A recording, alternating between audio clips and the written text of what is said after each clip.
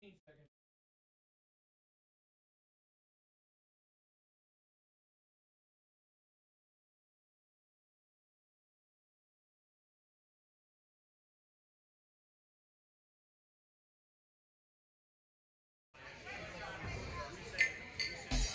is Monday, December 28th.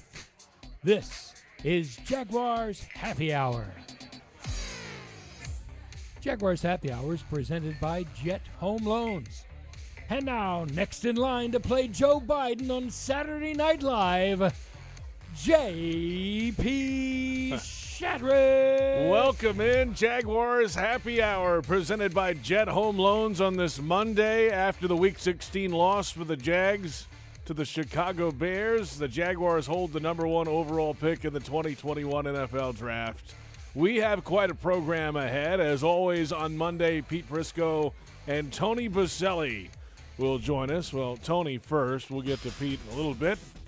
As we mentioned, the number one overall pick clinched. It is done. Jags lost, unfortunately. The Jets won. Thank goodness for Jamison Crowder.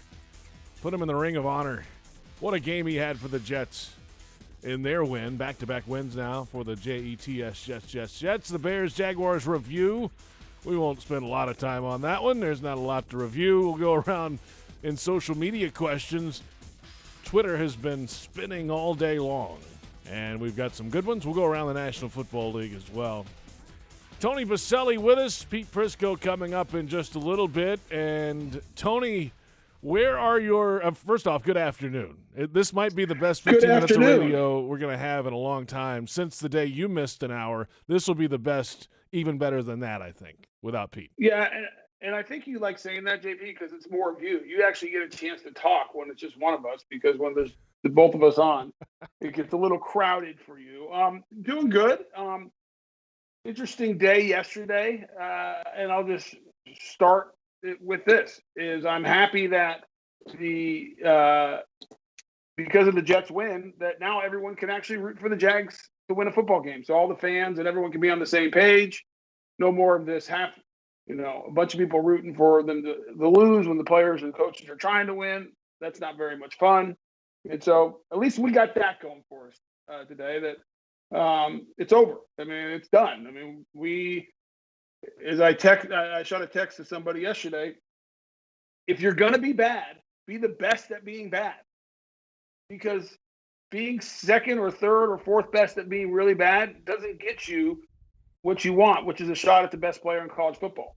And when you have a quarterback of the likes of Trevor Lawrence, and you need a quarterback, and you're a franchise that has not had a franchise quarterback for a long time, this is the position you want to be in. And now you have an opportunity to go get the guy.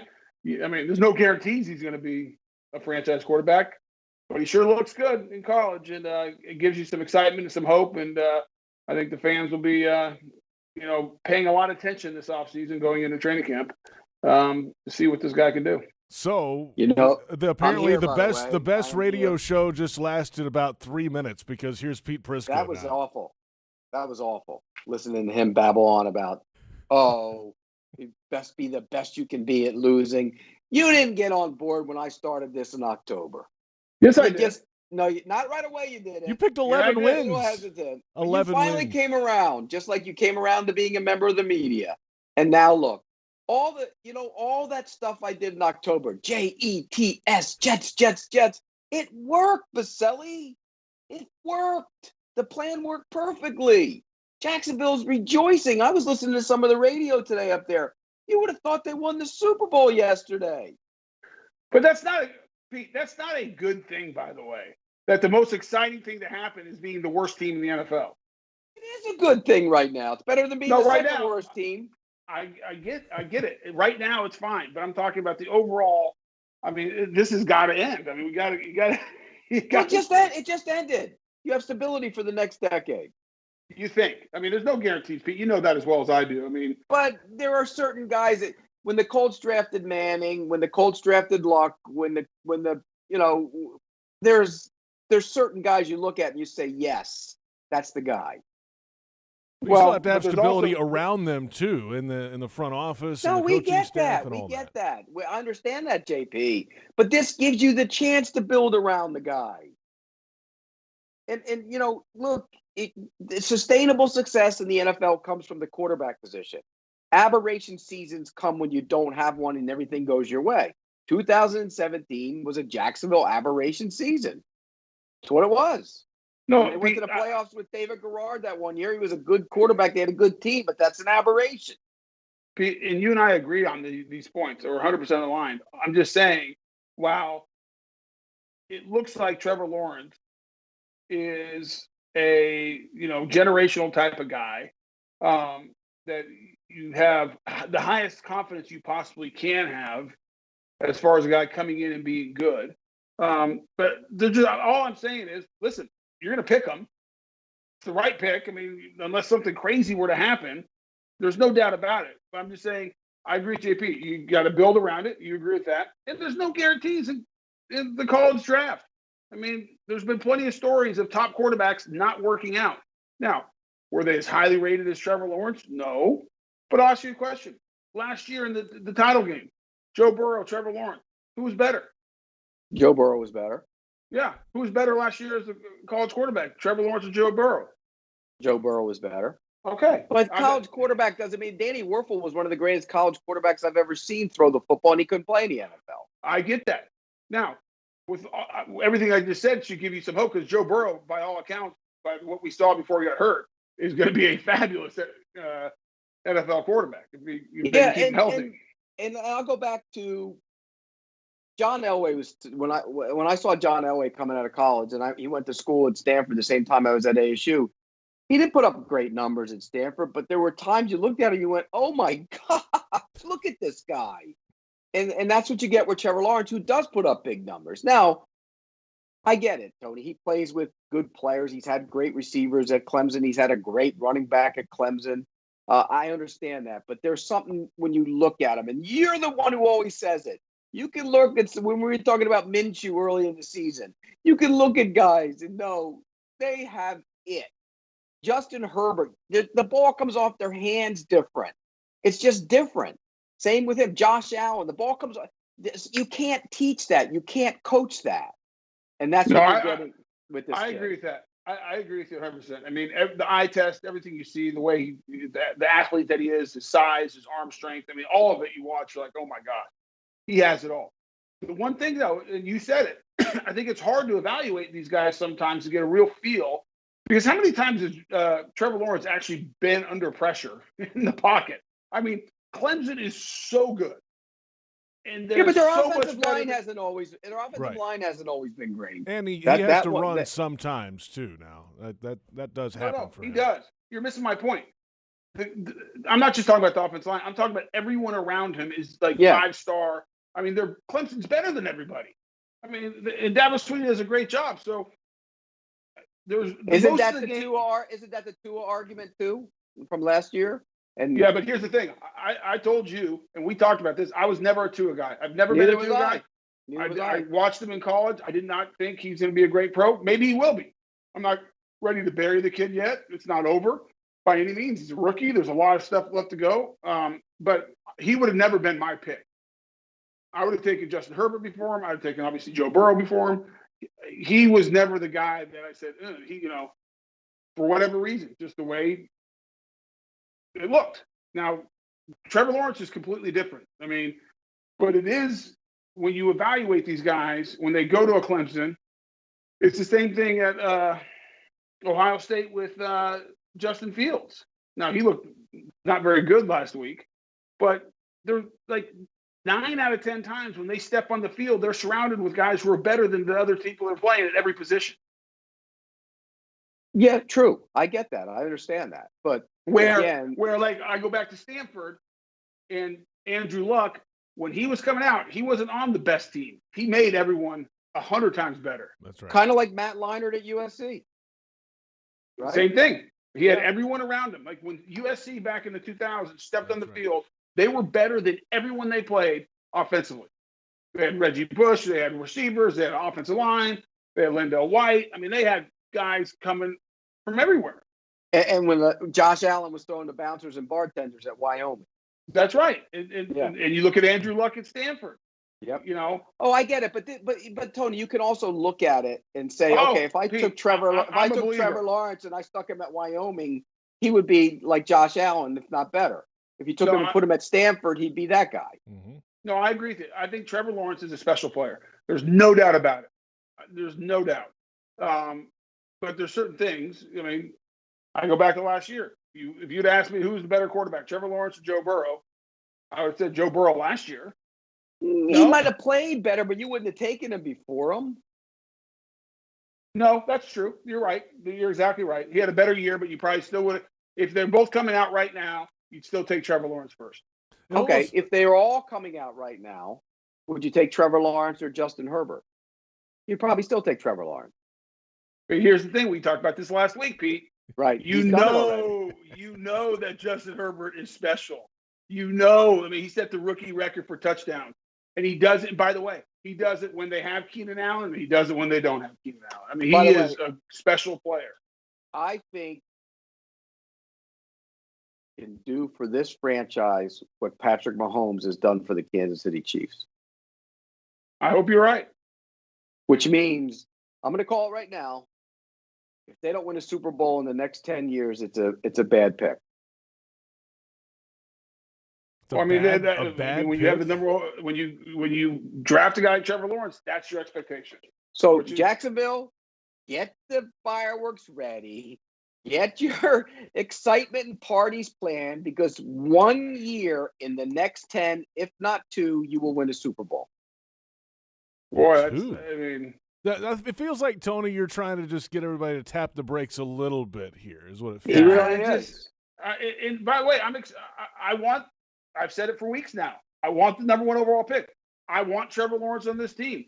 I think he's the best player in college football. I think he's one of the best quarterbacks to come out since Andrew Luck. I mean, I think I agree with Pete. Like, when he spins it and when he runs and you watch him, his athletic ability, what he can do, his leadership qualities, he checks every box. See, I said that last year, by the way. The word is that he's a gym rat, that he loves the game. I mean, like, that's what you want. I said that with Joe Burrow, by the way, Tony. I said Joe Burrow will win a Super Bowl in the next 10 years. That's how good I think they both are. I really do. And you think Lawrence is better than Joe Burrow? I do. I think Joe Burrow might have a better feel for the game right now, but pure athletic ability, pure ability to spin it, like you said, and he will get better doing all that other stuff. I know they're both great. I think they're both going to be great. I think Herbert's going to be special. Be a fun era for sure of quarterback play, these young guys in the NFL. I was watching some of the video clips the other day of Lawrence. I don't watch a lot of Clemson, but I watched some. But there was all these clips of touchdown passes from Lawrence, and a lot of them are him like rolling to the left, the opposite way, and throwing with his right arm. You can't teach that, JP. Unbelievable, man. You can't teach that. You roll to your left and throw back to a rifle shot into the middle of the field, going to your left when you're a right-handed quarterback. You can't teach that. It's incredible. That's special. That's Aaron Rodgers. Like, Jacksonville should be thrilled. Tony, say it after me. Losing was good this year. Say it. Please say it. I'll say this. I'll say the same thing. If you're going to be bad, be really bad. And I was on that train. They did it. No, and Pete, we talked about it. As soon as it was obvious that this thing was off the rails, like, hey, keep losing, because like being, 4-12 and getting a, third, fourth pick. I mean, no thanks. Now, that doesn't mean Zach Wilson from BYU might not be a great player. I mean, Patrick Mahomes was picked like 9th or 10th in the NFL draft.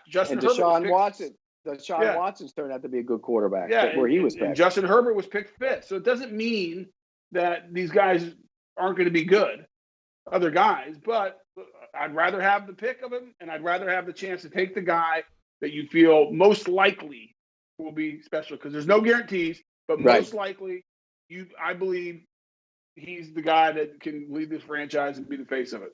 It takes the doubt out of it. Now the Jets have doubt. What do? Do they keep Sam Darnold? Do they draft a quarterback? Do they get Justin Fields? Now they're the team with the doubt.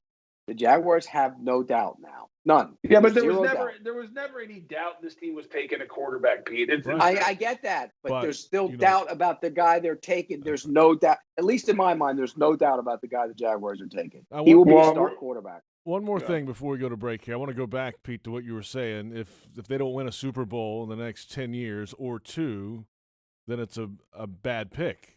What if they go to 2 Super Bowls and lose 2 Super Bowls? Is it still a bad pick? No, but you know what I mean. Come on. Or if they went, if they you go said to, it. But if they go, okay, like what if they did the Buffalo Bills and went to 4 straight and lost 4 straight? Still one of the greatest accomplishments this league has ever seen, and But they you don't would get call to it do a they bad deserve. pick still. That would be great. But you know what I mean. If they get to 2 Super Bowls, 4 whatever, and don't win them, it's not a busted pick. But I think they're going to win one in the next 10. I really do. That's how good I think that kid can be.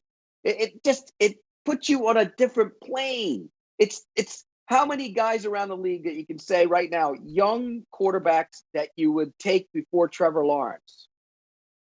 Well, I mean, the only guys you take, obviously Mahomes, but they're all guys that have done it. Like right now, you probably take Herbert only because you know he can do it, and you were pretty sure that Trevor Lawrence can do it. Now, with that said, it's still not like you could argue that Trevor Lawrence you take before Herbert or anyone else, because outside of a Mahomes, maybe a Watson. Would you take No. Trevor? Would I take Watson over Trevor Lawrence? No. And I think I'm with you, Pete, because he has special ability as far as arm talent and athletic ability.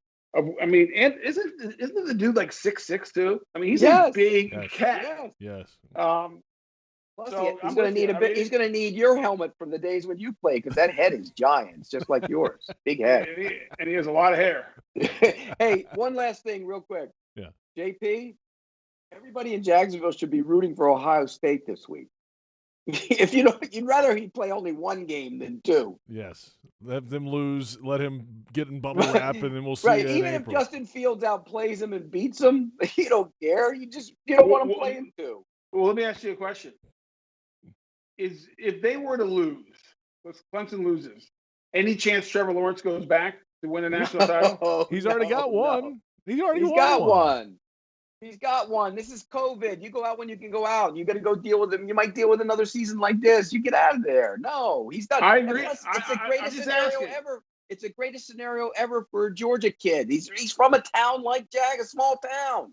It's perfect for him. New York would have been bad for him. This is great for him. You know what my favorite is, though? I was reading something. It's a great market for him. It's a soft media market. Yeah, okay, there's not a lot of papers in town, but when I was there, it wasn't no soft media market. I can tell you that right now. Wow. Look at Pete getting all upset. He took it personal. I did. He took it personal. I love it. I was never a soft media market when I covered that team. Give me a break. Let's let you think about that for a few minutes. We're back in a moment, and we will get into yesterday's game briefly. We won't spend long on it, but the Jaguars lost to the Bears yesterday. The second hour, a little bit later, we'll have your social questions. We are off and running. It's a Monday edition of Jaguars Happy Hour, presented by Jet Home Loans on the Jaguars Digital Network.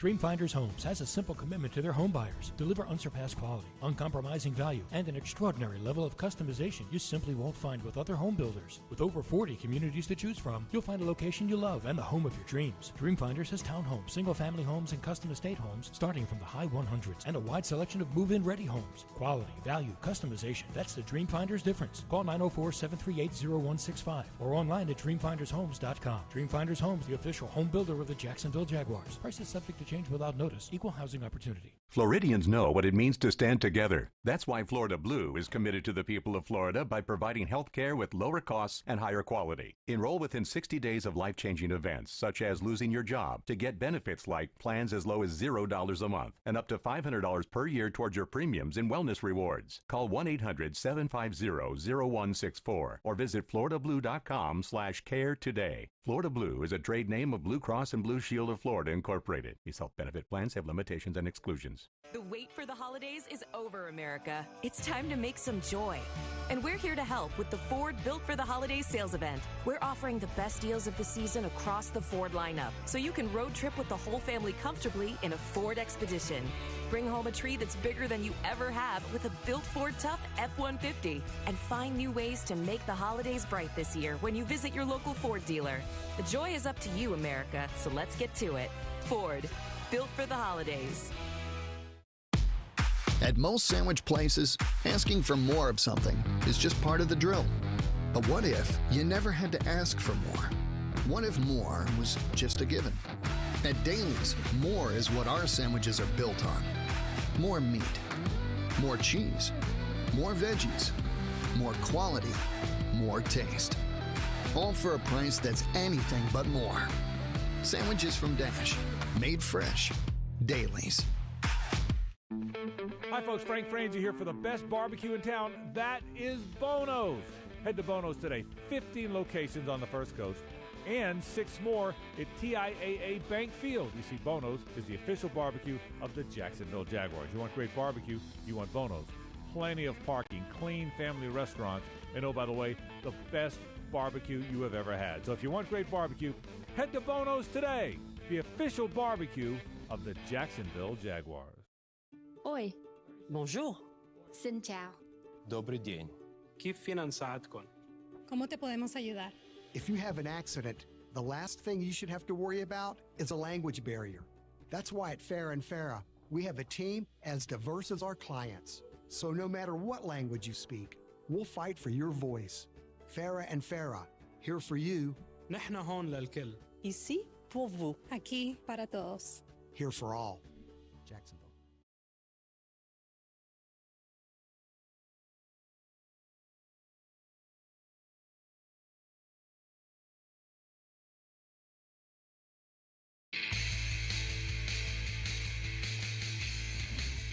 Jaguars Happy Hour is presented in part by TIAA Bank, created to serve, built to perform. Publix, where shopping is a pleasure. And Baptist Health, changing healthcare for good.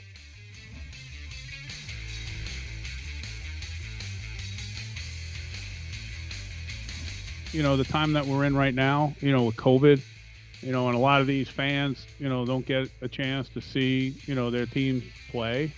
And you got an opportunity to come to what I believe is probably one of the greatest cities, you know, to enjoy. You got beaches, you got a river, you got, you know, it's such a, I really love this town. So it's a great town. And, you know, I mean, shoot, if I was a fan for another team and I couldn't, you know, if I have a choice of going to a game in cold weather or coming down here to Jacksonville and watch my team play, I think those things are happening. And I think they're probably happening for, you know, a lot of these teams that are, you know, letting people into their stadium. So I don't look at it as anything, you know, negative or distracting for us. You know, our focus is on the field and trying to win football games. Head coach Doug Marrone after the game yesterday. Welcome back, Jaguars Happy Hour, presented by Jet HomeLoans. JP Shadrick, Pete Prisco, Tony Boselli after the Jaguars lost to the Bears yesterday. That answer was in reference to. Go ahead, Pete. You look like. No, I was just going to say, I know what that answer is, too, but he doesn't realize they weren't just Bears fans cheering for the Bears. It was everybody. No, I wasn't inside. I wasn't inside the bowl, Tony. You saw in there where there are a lot of Bears fans anyway. I get that they're everywhere, but it seemed like there were probably some Jaguar fans in Bear paraphernalia. Yeah, I mean, it's hard to tell, but there was a lot of them. And I mean, at one point, you had the chant "Let's go Bears" break out. I mean, it was, and every time the Bears did something good, which was a lot in the second half, it was a lot of cheers. So were there any cheers like when DJ Chark caught his touchdown pass? Were there any cheers? I don't recall it being like standing out. Because fans are smart. They're smart people. They're fans for a reason. Well, and it goes back to my opening comments. At least this week, now everyone can root for the Jags. Because how great would it be to get the number 1 overall pick and still sweep the Colts and keep them out of the playoffs? That would be beautiful. You know, it would be amazing if they beat the Colts again and the Colts didn't punt. Probably the first time in history that a team didn't punt 2 games and they beat them. But that was a bad loss yesterday for the Colts. Oh man, yes it was. We'll get into around the league coming up. Let's touch on this game yesterday very briefly on offense. Yeah, briefly. I mean, what do you want to talk about? I mean, there's not much. Did anybody play well? Anybody play well? I'll be completely transparent. I didn't even watch the tape, Pete. I mean, I watched the game. I haven't watched the tape either, but you sounded like you thought the tackles played this morning. You sounded like you thought the tackles played okay. Khalil Mack, I mean, he had one pressure, I remember, against Juwan Taylor on a bull rush. But outside that, I mean, Glennon had time. It wasn't like he was under tremendous pressure, and they ran the ball pretty well with Ogunbowale. So, yeah, I mean, I thought they held up much better than I thought they were going to. It's not an easy – I mean, you watch what they did to the Vikings. Oh, my goodness. And what they did to Deshaun Watson and the Texans. I mean, they killed them. And so I thought that was good. You know, here's the amazing thing about that game. It's 10-10 with under a minute left. In the second quarter. I mean, and by the way, and the Jags have the ball.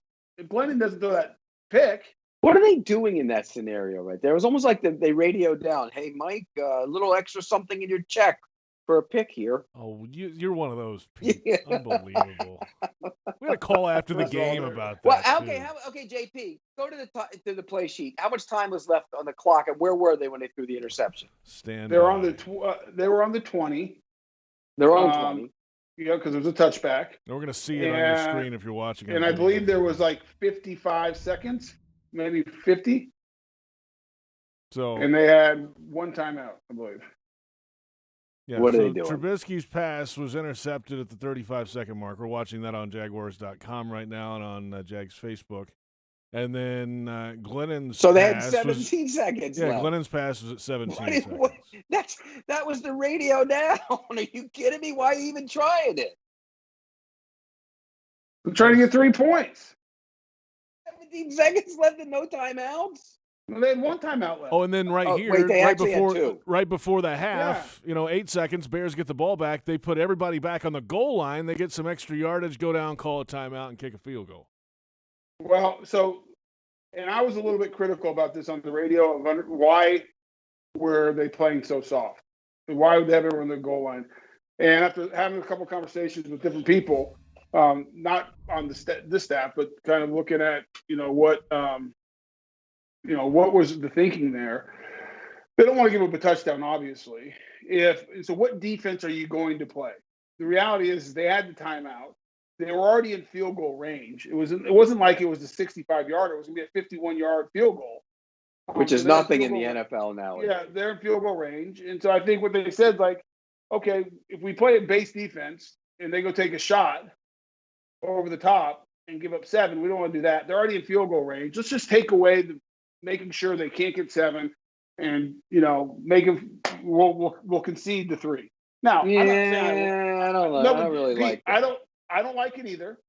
It's not the defense I would have run, a soft cover 3 or cover 4 or put, 2 deep over the top, So there's different things you can do. I mean, the Raiders tried it, and Fitzpatrick found the hole in that in the cover 2. So I mean, so I would have played a softer zone and at least try to contest it underneath and try to force the longer field goal. But it's not like it's not like they weren't in field goal range when they did it. Right, but I mean, it would have been a long field goal. Yeah, I agree. So what is your concern, that they're going to go by you or that you're going to get a Hail Mary thrown on you? What's your concern there? Yeah, I mean, the only concern you have there, and I argue, again, I don't think it's a real concern. There's only 7 seconds left. If they drop back and try to throw a 35-yard pass to the end zone, if they're not careful, if he doesn't hit his back foot and throw it, then they might run out of time. Which is why you might try a Hail Mary, but that might run out of time too. That's right. So that was a bad decision. I agree. It's bad coaching. I didn't like it. I thought it was the wrong call, but but to be clear, they were already in field goal range. So it's not like that play allowed them to get into field goal range. Now, of course, second half starts and they blow the doors off the Jaguars with 4 straight touchdown drives. So it's really at that point didn't matter. I mean, they just. Oh yeah, I mean, it's not like we lost by 3. Well, that's because somebody went through the locker room at halftime and said, "Here's a little something for you. Here's a little something for you. A little Just something stop, for you." Pete. No one did that. That's stupid. Like, the problem is, Pete, you say that enough, people listening actually might believe you. I know. Let's come back. I'm kidding. Nobody would do that, and nobody would. Well, I don't know. Back in the day, Boselli might have taken a little something extra. No, first of all, you know that's not true, because I'm not the one whose my life philosophy and life mission statement is, if it's good for me, it's good for me. Let's come back. Plenty more ahead. A little more on yesterday's game. The GM search continues as well. And your social questions in the second hour. It's Jaguars Happy Hour on the Jaguars Digital Network.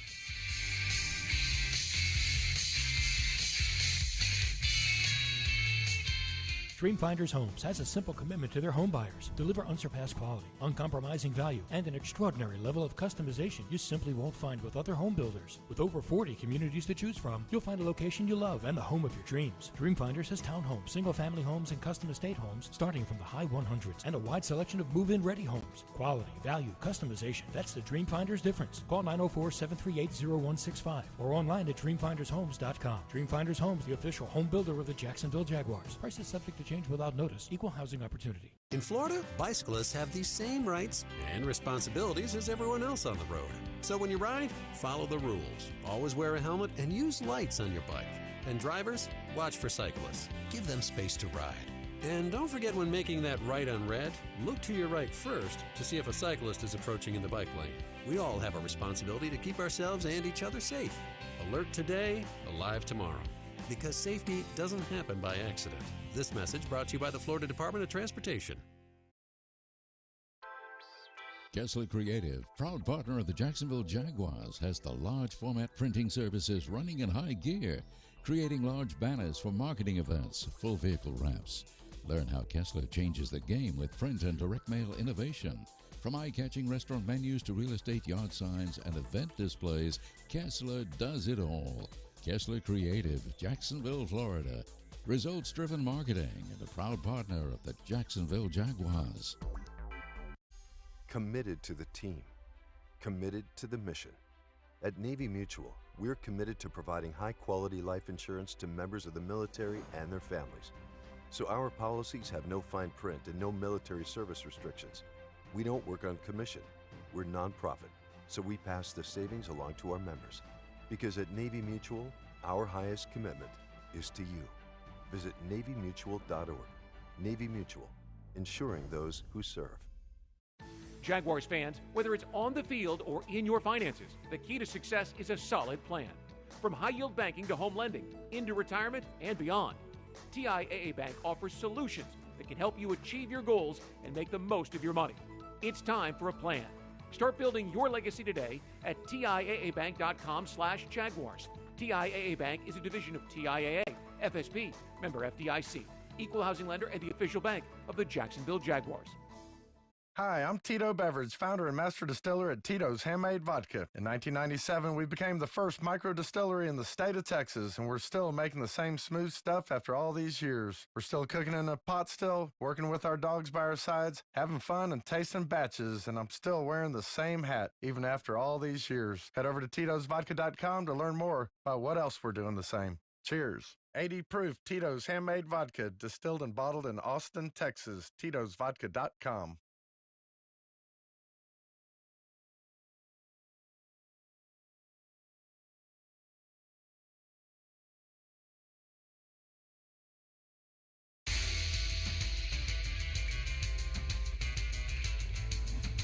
Jaguars Happy Hour is presented in part by Dreamfinders Homes, homes that fit your lifestyle.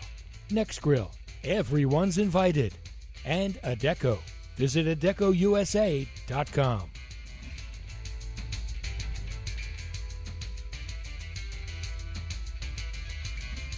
I thought he did a nice job. He really did. I thought that, he had about, 12 to 15 carries. I thought he averaged about 5 yards a carry. He had a nice 25-yard run.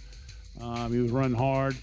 I think it would have been nice to see if the game was close and, now all of a sudden he's at 20 to 25, how he does there. But, I thought he did a nice job going in there.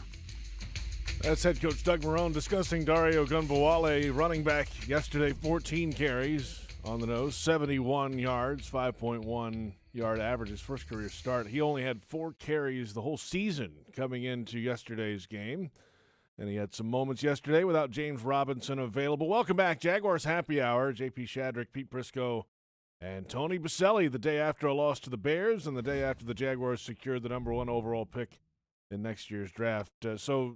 Ogunbowale, we'll see how James Robinson's week goes. Head coach Doug Marrone today said that there's still swelling in the ankle, and we'll see how the week goes, basically. If he can't get out there Wednesday or Thursday, then he said it's probably not going to look good, but we'll see. So if he doesn't go, then Dare, at least last week, played pretty well in his place, and that'll be the Week 17 situation at running back. Pete, what are you doing right now? You flipped your camera around. No. What in the world is happening down there? I'm having Pete, problems with this. Yeah, you are lost. You are lost. Lost. You couldn't get the word out. Hey, I was trying to be. That kid nice. ran well. That kid ran well, I thought, yesterday when he was in there. He did. Like, you should just stop talking because we're seeing your computer screen. Just stop. No one wants to hear from you. He played very well, I thought. And I think these are games. This is where this is important. Now we got you back, unfortunately. This is where everyone says, do guys mail it in? Are guys checked out? This is the greatness of the NFL. I mean, you have the Jets who've won back-to-back weeks when it looked like they couldn't get out of their own way. And they compete and they play hard. You look at the Jaguars, guys like Ogunbowale, who are trying to make a statement like, hey, I can be the number 2 back here with James Robinson, or one of the other 31 teams that can where he has a chance to play. So this is I love the NFL because it's very hard, and very rarely do you see guys lay down because it's just the way the game's played, the physicality of it. There's so many things that go into it, and I thought Ogunbowale was a perfect example of just giving great effort, and he did himself well yesterday, the way he ran the ball. Fresh legs. The opening drive, you probably went, uh-oh. Uh-oh. Might win this thing. I don't think that was the only time I went uh-oh when Trubisky was with his play in the first half. Gosh, he was bad. He really was. He was bad in the first half. And he makes some throws. I mean, some of the throws he makes are just terrible. Yeah, they're going to be caught in the Bortles situation if they make the playoffs. You know what I mean? If they win this week against Green Bay, they're in. They might keep everybody, and then that's the Bortles situation. You don't get better; you just stay the same. Trubisky in the first half, Green Bay? 12 of 20, 145, a touchdown, Chicago. And an interception in the first half. Yeah, I mean, Packers need the game, though. Packers need the game. Right. Yeah, I mean, I don't think the Bears are going to beat them, number one. Number two, even if they go to the playoffs, the Bears, Ryan Pace, whoever's going to be making that decision, he's not your quarterback. He's not the future. He's not a guy who's going to win you everything. So go get one because you don't have one. I mean, I don't care what happens. If it's, you win a playoff game, he is not the answer for Chicago at quarterback. No, I would agree with you 100%. And those who think he's the answer are misguided. But if you're stuck with him for not, I mean, think about that. If you're stuck with him, no, he's not going to be able to bring that team up. Why would you be stuck with him? If you decide to keep him. It sounds like Tony's already made the decision for them. I'm with him. I wouldn't keep him It's either. the right decision, JP. Right. Like Pretty that guy, athletic. he's not a He is franchise pretty quarterback. athletic, though. Oh, great. Great. Put him at tight end. I mean, they're not a good team either. No, their back half isn't very good, or at least he's not playing very well this year. Here's the other thing, real quick. We had this debate. I think it was earlier in the year or last year. DJ Chark or Allen Robinson. I don't think that's a debate right now. Allen Robinson has 100 catches with Mitchell Trubisky and Nick Foles as the quarterback. That's what I'm saying. Not a debate. He's better. No. He's going to get paid a lot of money this year. Back to Jacksonville. He's going to get paid a lot of money from somebody. Yeah, but I know, Tony, you made a good point on the morning show. I saw they tweeted it out. That's not what they need in that receiving core. They need somebody who can run. They have no I'm telling you, speed. They have no and I'm telling you, Pete, I'm a firm believer in this. You need guys at your skilled positions that can make things happen when everything's not perfect. And the only way that happens, like, tell me the last time we had a run after the catch where a guy just took it and was gone. It's been a minute. Yeah. I mean, because you have to have guys like a Deebo Samuel at 49. San Francisco. 49. But he doesn't even run away from people. He's not a big. But I know what you're talking about. Okay, the Chiefs have like 8 of them. Mm-hmm. Yeah, right. One of those guys. Right. They get in open space and it's like, oh my gosh, everyone hold their breath. Right. I mean, Jacksonville has nobody. You need speed outside to threaten the defense and scare people. I think DJ Chark, I'll stand by it. I still think you try to work a deal that's favorable to both sides. I agree. I would bring him back. I think he's a good player. But I don't think anyone's like staying up at night going, oh my gosh, what are we going to do with DJ Chark? Which you're right. Which is why you look around. Like I mentioned, Rondell Moore at Purdue. I mentioned Tony Kidd from Florida. I heard Tony doesn't run. Is quick. He's quick, not fast. He's quick. I don't know about like. I don't know. He runs pretty fast too. I don't know what his time is though. I'm just telling you what he plays fast as hell. I'm just telling you what I've been told by people who know Florida. Really? I don't know what the kid runs. He looks fabulous. I mean, Rondell Moore is fast. I don't know if you've seen him play. There was a game that one of the Gators games this year where Tony was kind of like chopping his feet and couldn't decide where to go, and he was hit right at the line of scrimmage every time he touched the ball. Other times I've seen him, it's like he makes a move and then he can get 15 yards like that, But you know what I mean? Like, I don't know. You guys have seen Rondell. He didn't play this year, but last year at Purdue, he guys like a Tyreek Hill kind of player. Big play ability, little small, quick, fast guy. You need quick, fast people. Look at the Steelers. I mean, they got a bunch of guys. I mean, you need people who. But they're not that fast either, Tony. The only one who could run is Deontay Johnson. He's really the only one. That's what I'm saying. That's why I couldn't think of his name. That's why it says Deontay Johnson. Well, Claypool can run too. Now he's more straight line speed. He can fly too. Whoever it is, you need speed. Because Laviska Shenault's not a speed burner. He's a big physical guy. Chark is a straight line. He has some straight line speed, but he's not a make you miss type of guy. You need a guy who gets in the open field and puts some fear into the defense. And James Robinson is not a speed back either. Correct. So that and that's why I mean maybe you go find your number 2 back, where you can share carries like a lot of the teams are doing nowadays. And maybe you go find the middle of the round, 4th, 5th, 6th rounder, a fast scat back. Like an Eckler. A guy who can move in space. So obviously James Robinson, you feel good about him coming back next year and being that number 1 back, but having a change of pace guy would be good as well. All right, guys, let's take a timeout. We're back with GM Talk. Interviews are underway. And a little later, your social questions. This is Jaguars Happy Hour presented by Jet HomeLoans on the Jaguars Digital Network.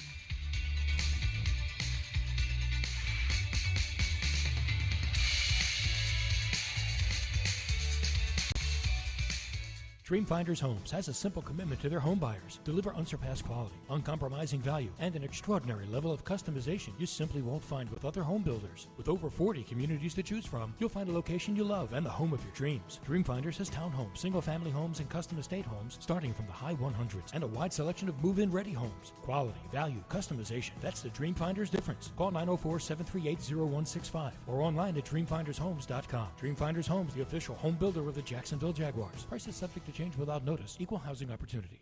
Oi. Bonjour. Xin chào. Добрый день. كيف فينا نساعدكم? ¿Cómo te podemos ayudar? If you have an accident, the last thing you should have to worry about is a language barrier. That's why at Fair and Farah, we have a team as diverse as our clients. So no matter what language you speak, we'll fight for your voice. Farah and Farah, here for you.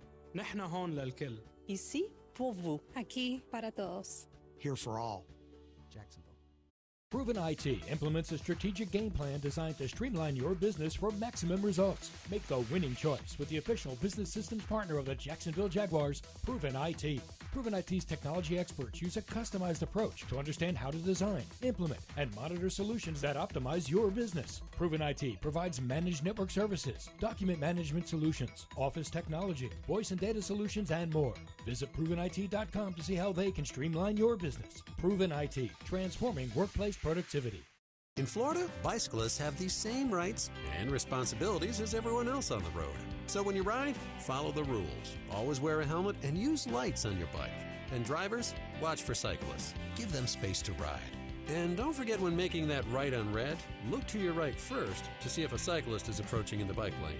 We all have a responsibility to keep ourselves and each other safe. Alert today, alive tomorrow. Because safety doesn't happen by accident. This message brought to you by the Florida Department of Transportation.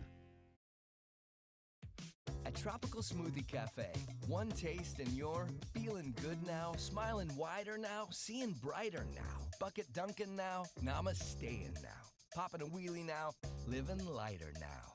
You're on Tropic Time now. And on Mondays, try our Jaguars Duval Delight Smoothies for $2.99. And you're roaring louder now, end zone dancing now, sipping spirit now. You're on Tropic Time now at Tropical Smoothie Cafe. You're working from home. So how do you connect with coworkers and clients? With RingCentral, the #1 global communication solution for business. RingCentral makes talking, texting, collaborating, and video calls easy. And it's all on one platform. And when we say everyone should be connected, we mean it. It's why we're giving RingCentral free to educators, health providers, and nonprofits. Learn more at ringcentral.com. Welcome to the new RingCentral.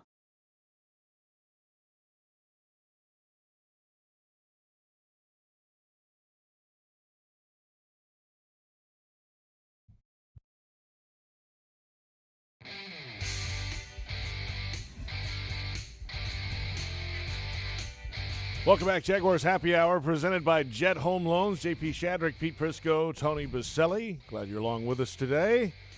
The Jaguars' road to 84 continues. Well, yesterday the Jaguars had 2 new players touch the field for the first time. So they now have 81 players that have played at least a snap this season, special teams, offense, or defense. The league record's 84 by the Dolphins last year, in fact. That's a I think the 49ers have had 81 this year, too. Well, let's see. I'm looking at it again here. So as of this morning, no, the 49ers have 80, Pete. 80. Yeah. 80. Yeah, so but they're to one be clear, behind it's 81. It's not an apples-to-apples comparison this year because of the new rules with practice squad and COVID restrictions and correct and everything else. So it's a little bit different. I mean, last year was a normal year, and the fact that the Dolphins had 84 was crazy. Right. And that's a record from a crazy. non-replacement player season. The 87 season skewed a bit because of all the replacement guys. Of those 81, how many were actually NFL players? Pete, that's not nice. All of them, by definition. But again, in a normal year, how many of them would have been playing? They're right, because they expanded the practice squad. A lot of those guys. guys. So you'd probably have 15 of them that wouldn't have played, or 10 of them. Well, yeah, because all the guys that got brought up from the practice squad back and forth and everything else because of COVID, and you had opt-outs and everything else. Think about it, the guys who opted out would take up roster spots. So, Yep. Like the guys who opted out, are they coming back next year? Great question. I mean, I would assume they're under contract. If they want to play football, they got to come back here. The contract just slides. So then they would have the defensive lineman back that they signed out of the nose Seattle. tackle. Yeah, Al Woods. Right. Al Woods, but Gunter with the heart issue. I think he's done, isn't he? Yes, he's done. Yes. He's done. By the way, Al Woods would probably be in the rotation next year at some point. You would think so. I mean, now he was already 11 years in, right? I mean, it's not like he's getting any younger. Wasn't he an older player to begin with, right? Was it 11? Yeah, I mean, I don't think it was 11, was it? It's a long time. But look, anybody on that defensive line is a good thing. They might ask Boselli to suit up on the D line next year. I'll tell you what, I'm heavy enough right now. I could. Me too. Well, Al Woods, Put my hand in the dirt. Al Woods came in the league in 2010. So this would have been his 10th year then. Yeah. 11th year. Yeah, that's But pretty those incredible. big guys hang around for a long time because. Well, especially he's a first and second down player. I mean, that's what Right. he is. Run stopper. But don't they have that now though with Hamilton? Yeah, I mean, but you need more than one. And Avery's a first and second down player, so it'll probably become. And so is Doug Costin, who's played well. By the way, the Jaguars claimed an offensive lineman off waivers today from the Steelers. Derwin Gray, offensive lineman, added just a little bit ago. He was a seventh-round pick of the Steelers in 2019 out of Maryland. So there's a possibility he could be number 82 this week. Well, he probably doesn't know how to run block then. If he's coming from the Steelers. Oh, man, Yeah, Pete, they're not very good. You're They're not very good at crushing that, people are they? today, Pete. What? What is up with you the today? Steelers have been yesterday. The Steelers, and I'm going to tell this. I know this is getting off on a tangent, but the Steelers had a first and goal at the 1. They threw 3 passes and then tried to run it in on 4th down. That's not who the Steelers are. I mean, my gosh, come on.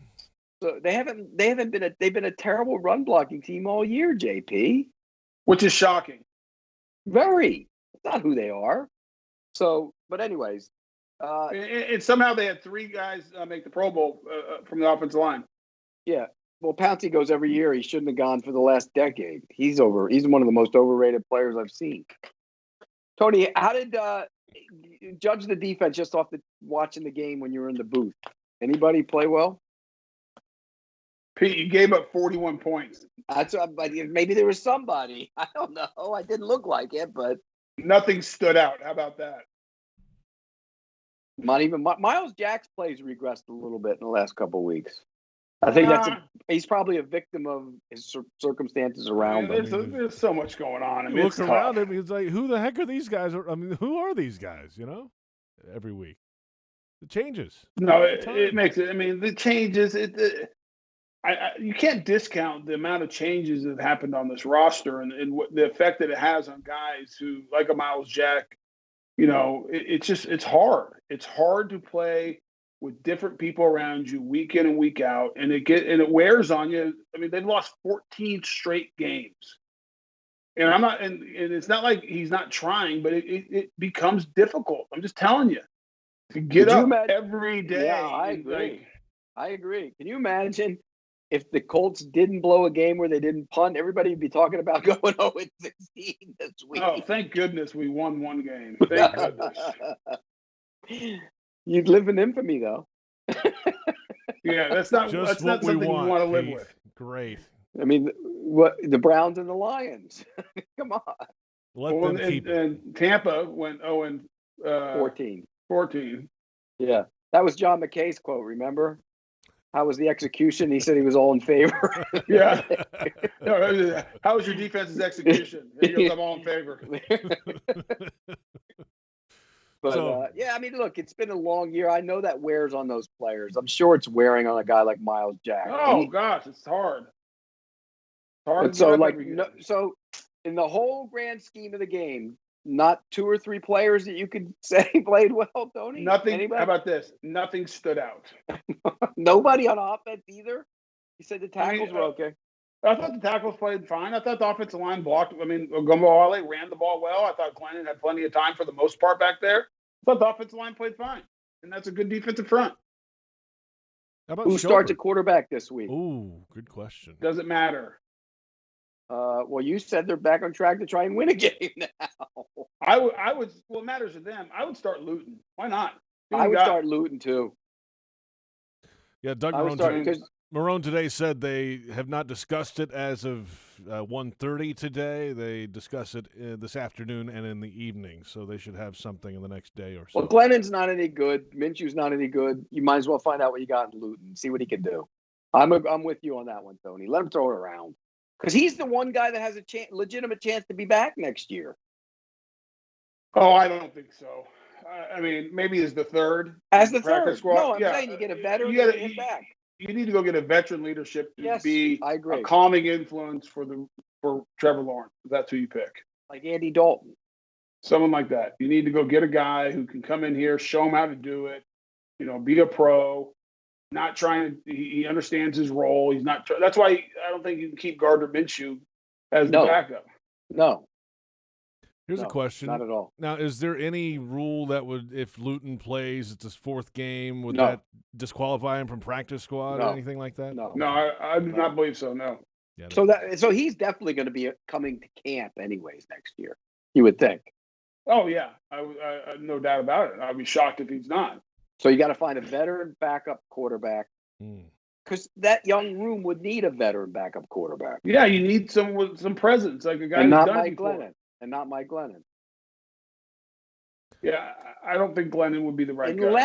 Unless they made that deal with him before half and said, we'll make sure you're the backup next year.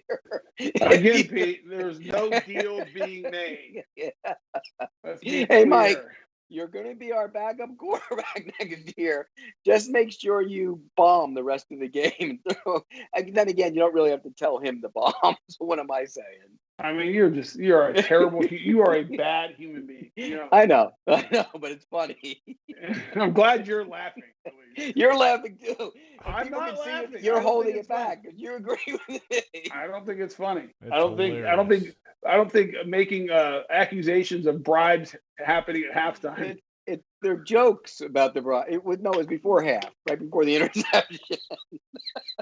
Somebody buzzed in his helmet in his ear. Yeah, great. No, when he was on the sideline. Hey, when you go back out, we're going to throw a pass. Make sure it gets tipped and intercepted. Let's come back. Second hour of Jaguars Happy My head Hour. hurts. Another hour of your head hurting ahead. Get ready. Social questions are around the corner as well. We're halfway home on Jaguars Happy Hour, presented by Jet HomeLoans on the Jaguars Digital Network.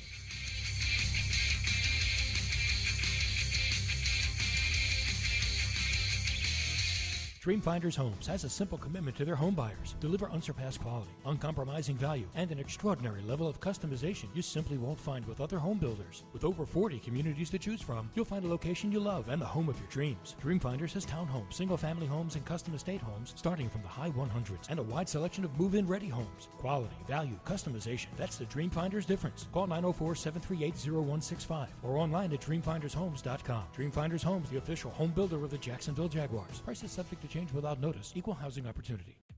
At Tropical Smoothie Cafe, one taste and you're feeling good now, smiling wider now, seeing brighter now, bucket dunking now, namasteing now, popping a wheelie now, living lighter now. You're on Tropic Time now. And on Mondays, try our Jaguars Duval Delight Smoothies for $2.99. And you're roaring louder now, end zone dancing now, sipping spirit now. You're on Tropic Time now at Tropical Smoothie Cafe. You won't find a better deal to keep your ride clean than Scrubble's Flexible Service Car Wash. Start in the tunnel wash and experience state-of-the-art equipment while enjoying a soapy light show. Our quality soaps and solutions keep your vehicle streak-free. Every 3-minute car wash package comes with self-serve vacuuming, lint-free towels, window cleaner, and a free air freshener. Visit us at the St. John's Town Center, Fleming Island, and Atlantic Beach. And coming soon to Kernan and Atlantic. Trust the bow tie. You'll know quality once you arrive. Go Jags! The wait for the holidays is over, America. It's time to make some joy. And we're here to help with the Ford Built for the Holidays sales event. We're offering the best deals of the season across the Ford lineup, so you can road trip with the whole family comfortably in a Ford Expedition. Bring home a tree that's bigger than you ever have with a built Ford Tough F-150. And find new ways to make the holidays bright this year when you visit your local Ford dealer. The joy is up to you, America, so let's get to it. Ford, built for the holidays. At most sandwich places, asking for more of something is just part of the drill. But what if you never had to ask for more? What if more was just a given? At Daly's, more is what our sandwiches are built on. More meat, more cheese, more veggies, more quality, more taste. All for a price that's anything but more. Sandwiches from Dash, made fresh. Daly's. At ViStar, we believe in better. And that means treating people better with friendly, personal service that's kept our members happy since 1952. A smile and personal greeting when you enter the branch, an online or phone chat for those quick questions, and a call center that's open every day. If you believe that great service is better, join ViStar. We never forget that it's your money. All loans subject to approval, insured by NCUA.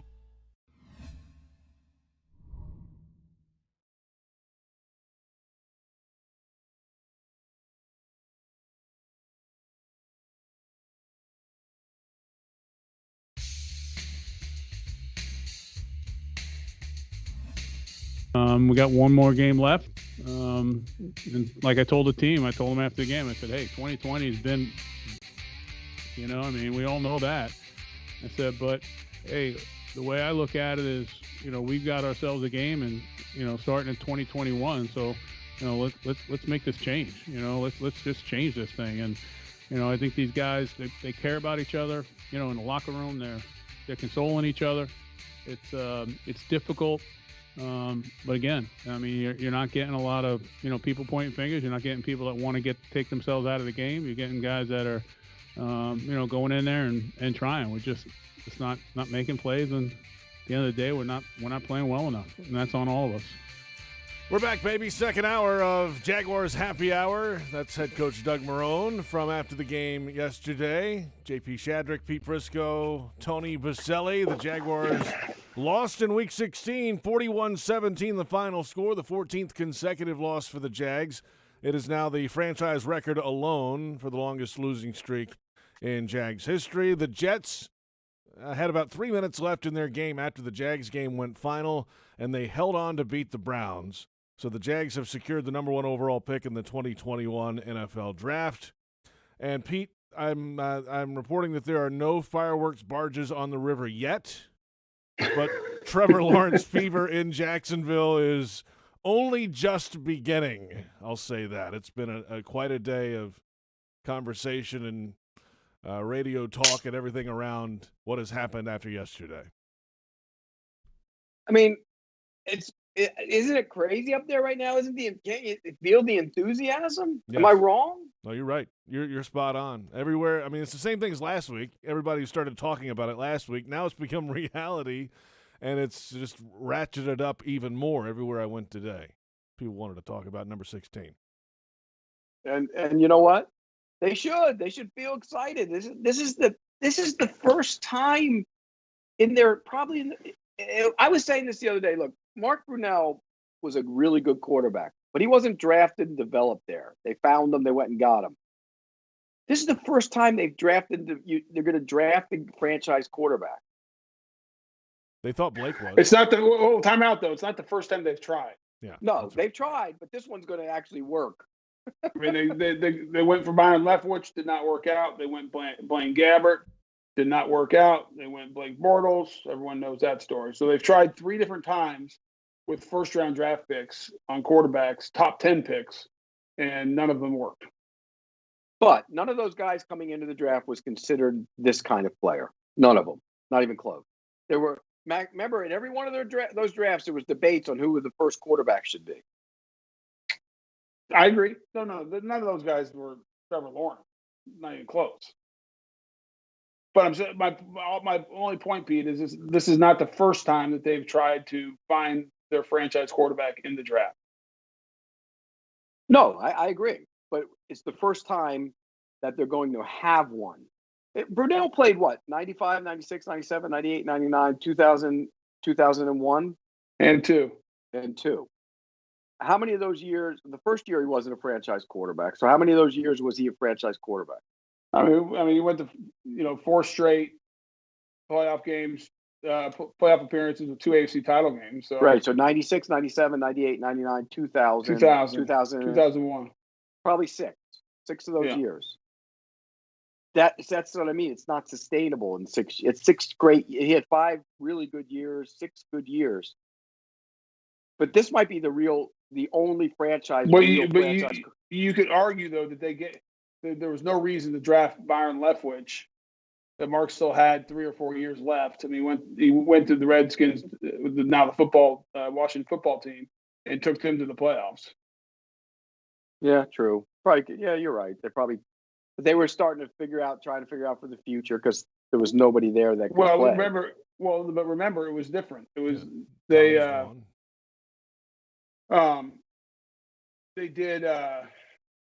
they drafted Byron because it was Jack Del Rio and Shaq their first year together. They came in and took over, and they wanted their guy.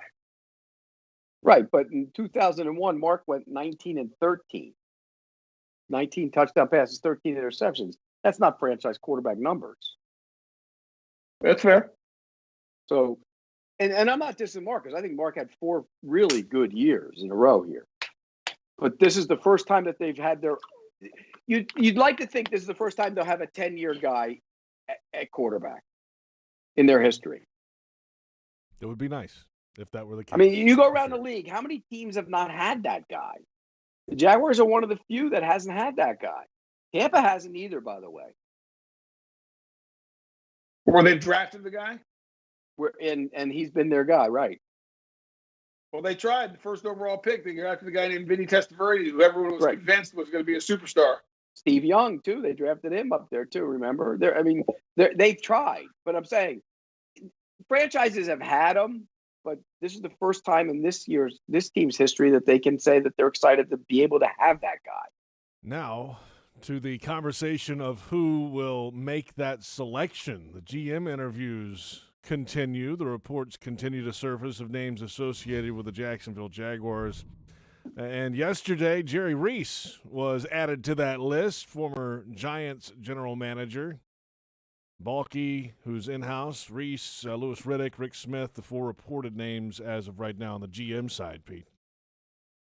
Yeah, and look, all those guys, if you look at Jerry Reese has had success. He did, he helped Tom with picking that Giants team, and he had some good picks, but he blew plenty. And Lou Riddick was part of the dream team in Philadelphia. If you want to, call him out for that, he was, and that was a disaster.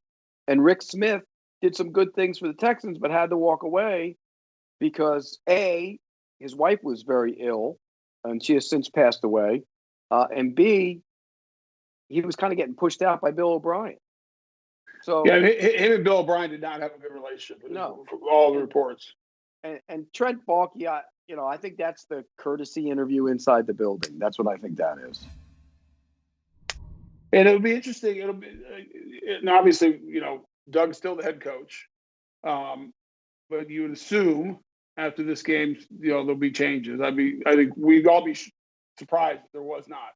Is that fair? It would be knock me over. I'm dead surprised if he comes back. And that's not a diss. That's not a diss against him because this team, nobody's winning with this team. Nobody. So it's not on Doug Marrone. I agree with that 100%. So it'll be interesting.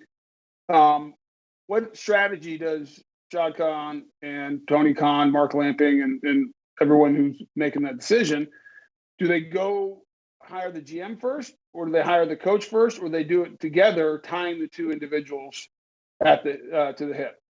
To be clear, there's a couple different philosophies. One is you hire a GM, and the GM goes and picks the coach, and the coach reports up to the GM. The other philosophy is what you've seen more of, and you saw it happen in San Francisco, where Shanahan was hired first, and then they found a GM that fit with him, and they gave them matching contracts, 6-year contracts together. The Browns did it last year. They hired Stefanski, and then they found a GM that fit him, Eric Berry, I believe it is. Andrew Berry. Andrew Berry, sorry. Yeah. Andrew Berry, and they brought him in once they had the head coach. And so there's 2 different philosophies. You can win either way. Is it going to be a strong head coach with the GM tied to him? Again, that's exactly what San Francisco did. They've had success. Or is it going to be a strong GM and the GM hires the coach?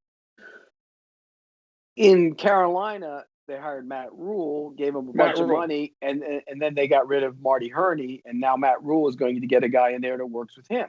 So the coach has the juice. It's just a matter of who the coach. If you decide to go, for example, if they hired Urban Meyer would have the juice, and he would bring in his own guy. That's right. It just depends on who the coach is and what kind of juice he's going to have. Well, you look at Buffalo, they hired Sean McDermott, and he's a strong coach. And then with him as part of the process, they went and hired their GM. Which is why pairings are big when you look at who might be going where. And you mentioned San Francisco. If they were to hire Robert Saleh, then Adam Peters might be his GM. That's right. Or if you hired Arthur Smith, then Ryan Cowden might be his GM. And so you pair them together. And there's a lot of the usual names always get out because the agents they just pounce on those guys to release their guys' names. Because the more your name's out, you know how owners are. Oh, he's over here. We got to bring him in. That's right. Which makes no sense. But there are guys out there that are you hear good things about him. Cowden being one of them that's not getting a lot of play. Buffalo has a couple guys, and Dan Morgan's one. Dan Morgan was a player in the league. I hear nothing but good things about Dan Morgan, his evaluation skills, and how he could be a GM. I will say this, Tony, in talking to some GMs around the league, one of the things they say is when they took over, they thought it would be much more scouting than it is, and it's really only 20% scouting and 80% of dealing with everything else. Well, I mean, I think the GM. You can hire scouts, and you can hire a good scouting department and have a good structure. Really, the key, I mean, and Pete, we've talked about this. I think we talked about it on the show. If you look at successful organizations, it's about really 4 main leadership positions. Obviously, the owner, then your GM, your head coach, and then the quarterback. You need to get those 4 right. And the GM, to me, is more of a leadership of the football side of the organization, who is managing it and making sure the culture is right. Players, coaches, and that the right players are, you're out picking players that fit the system of the coach. You're there to support the coaching staff to get them what they need to be successful. Because if you look at an NFL franchise, any of them, whether it's Jacksonville or Chicago Bears or whoever, your 2 greatest assets are your players and your coaches. That's all that matters. Because if you get those right, you win football games, and everything else takes care of itself. And if you have a GM, I want a GM that's going to, if he hires good people, he's going to listen to them. That's right. I've heard so many stories of scouts getting fired because they pushed back and they didn't like it. I want that. I want you to challenge me and tell me why I need to go back in and look at a player. Maybe I had this grade on him, but you think he's better. You watch 4 games of him. I'm going to go back and watch the same 4 games and see if I see what you see. And that's what I want from my thing. By the way, I'm officially throwing my hat into the ring. Oh. If they want to interview me, wow, I'm more than willing to be the general manager of the Jacksonville Jaguars. And I'll find you because Are you your own agent? Do you have an agent, or is it just you? I've done my own contracts. I can do my own deal. I can sit with the cons and I will outline my plan, and I'm ready to go. I'm officially throwing my name in. I know who I would hire for my coaches. I know what I would do. And by the way, whoever's the general manager of that team going forward, if you screw it up, you're a bad football guy. Period. End of story. You can't. It's almost impossible to do. That thing will be rebuilt on its own. You could have a robot go in there. I will draft Trevor Lawrence first overall. I have 4 picks in 44. I have a ton of cap room. You can't screw it up. It's impossible to screw up. But I mean, your point is the right one, though, in the sense of the GM is less about scouting, more about leadership. And like you said, in working with the coach and the culture and everything else. There has to be one voice in the organization, and the coach and the GM have to be on the same page. It has to be a single message that goes throughout the entire organization on the football side. It's like, it's like marriage, Pete. If like when parents aren't on the same page, what do kids do? They play off each other. Like my kids are they're like masters at it. If my Angie and I are on the same page, my kids are working, both of us, because there's discord. There's it's not good. But when everyone's on the same page and everyone has the same message, and the GM and the head coach are tied at the hip, and they know, like, it's like from the movie Backdraft. You ever see Backdraft, Pete? The Fire movie? I've seen it. Yeah, a long time ago. Yeah, where Kurt Russell's sitting there and he's holding the guy who's about to fall, and he's like, "Let me go," and he goes, "If you go, we go." And that's the mentality between the GM and the head coach. Like, hey, we're in this. You slipped out of my hand, but you know what I mean? I mean, that's the mentality that, like, the successful organizations in the NFL, and it's the same teams for the most part that are successful year in and year out because they have one voice. Those two guys are tied at the hip, and they're in it together. Thing that can't be involved. It can't be, and it ruins teams. Ego. Yeah.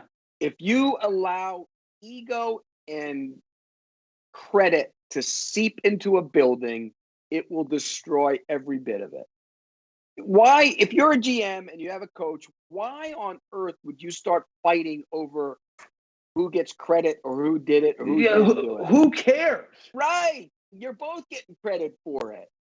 And that's because, and so it goes back to your comment, Pete. I think it was well said.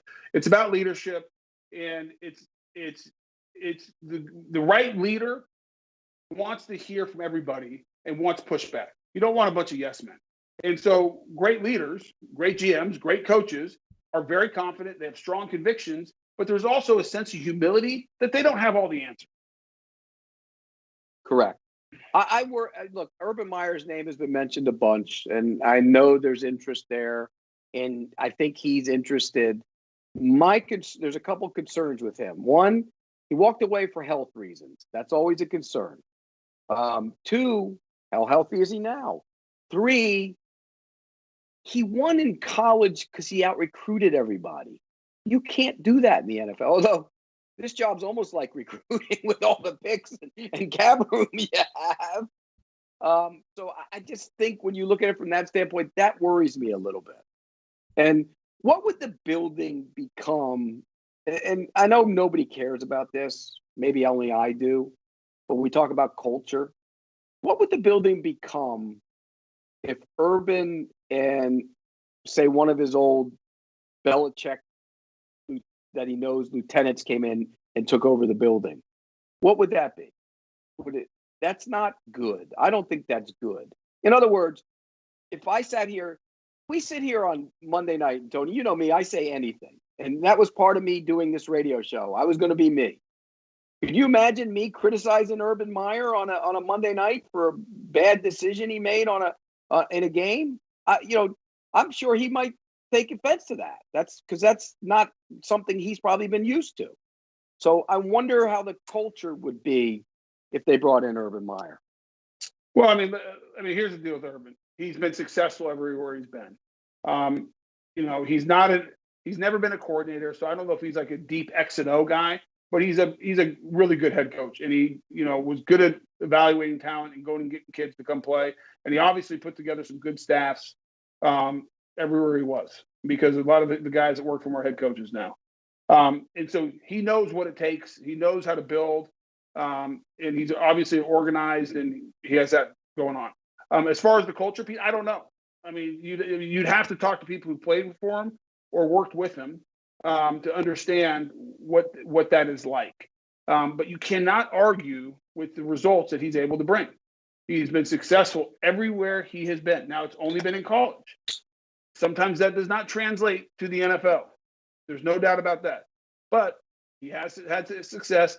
The one thing you brought up that does concern me as well is the health. Because if he had to resign from 2 different places because of health issues, and he had, I think he had an issue on the sideline at Ohio State. Mm-hmm. Yeah. And, you worry about that. And, also he had problems with his players at a couple different issues at the 2 different schools too. Yes. Look at that Florida team that won the national championship. Come on, Aaron Hernandez and Chris Rainey and Percy Harvin and the Pounce, everybody. I mean, look, they were a great team, but they had issues. You go to Ohio State, remember the assistant coach had all those issues and got in trouble. Remember that guy? Was it the wide receivers coach he got in trouble with his wife or whatever, and Urban acted like he didn't. I mean, there have been issues at 2 spots for him in terms of things going on, and that's a little concerning for me. So Yeah, he's been a great coach. Don't get me wrong. And I think you don't have to be a coordinator to be a great head coach. No, I agree. I agree that. 10%. I think by the way, Pete, you and I are in agreement there. They're two different skill sets. Correct. Just because you're a good coordinator and you can call plays, that doesn't mean you can lead 53 men and set the culture and set the standard. And this is where we're going and this is how we're going to do it. You had coordinators of yours, Chris Palmer and guys like that. Right. They weren't two different skill sets. Right. Two different skill sets. So I'm not putting that against them at all. You just have to understand what you're getting with Urban is the CEO. He's a CEO type of coach. He's going to oversee it. He's going to make sure it looks right. He's going to set the culture. And you bring up good points. They're fair points. I mean, they're documented. It's not like you're talking about stuff that hasn't been written about. The health issues are real, all concerns. But you cannot deny the man has had success everywhere he has been. He is a leader. He's a coach.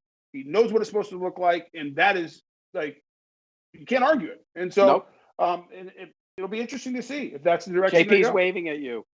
We got to take a break, guys. Let's come back in just a moment. The conversation continues with social questions. Right around the corner is Jaguars Happy Hour on the Jaguars Digital Network.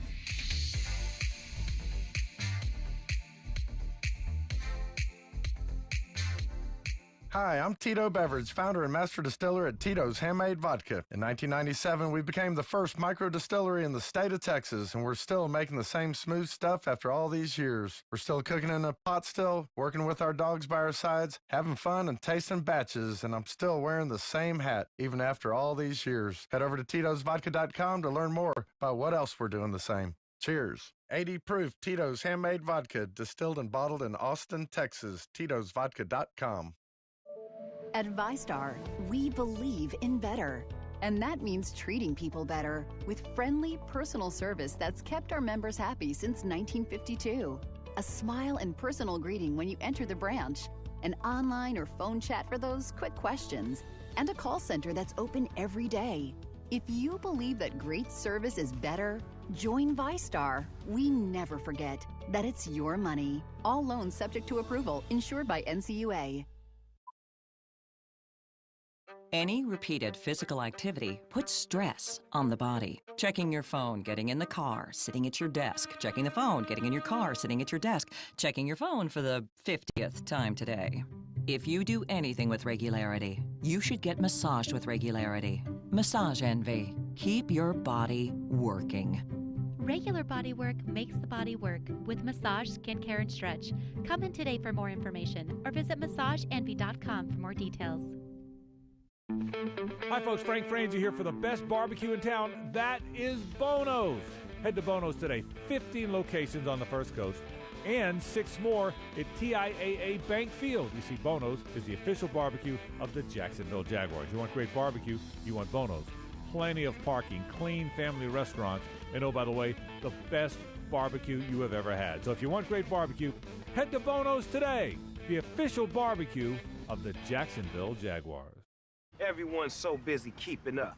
Forget about the Joneses. We all on our telephones with the texts and the tweets and the beats. What he said, she said, can't even follow the thread. Down the hole, we all go. Me, I like keeping up too, with my Corona and my attitude. That's La Vida Más Fina. Relax responsibly. Corona Extra Beer, imported by Crown Imports, Chicago, Illinois. Hi, this is Dr. Patrick Basil of Basil Plastic Surgery and Wellness. I'm a proud veteran of the U.S. Navy, and during my active duty time, I had the amazing privilege to serve our country and those who were wounded in combat. Helping my patients return to a normal life, I was able to provide an unparalleled level of care, which I've carried over to my own private practice today. As the official plastic surgeon of the Jaguars, I invite you to visit us at patrickbasilmd.com and would like to wish the Jags best of luck in today's game.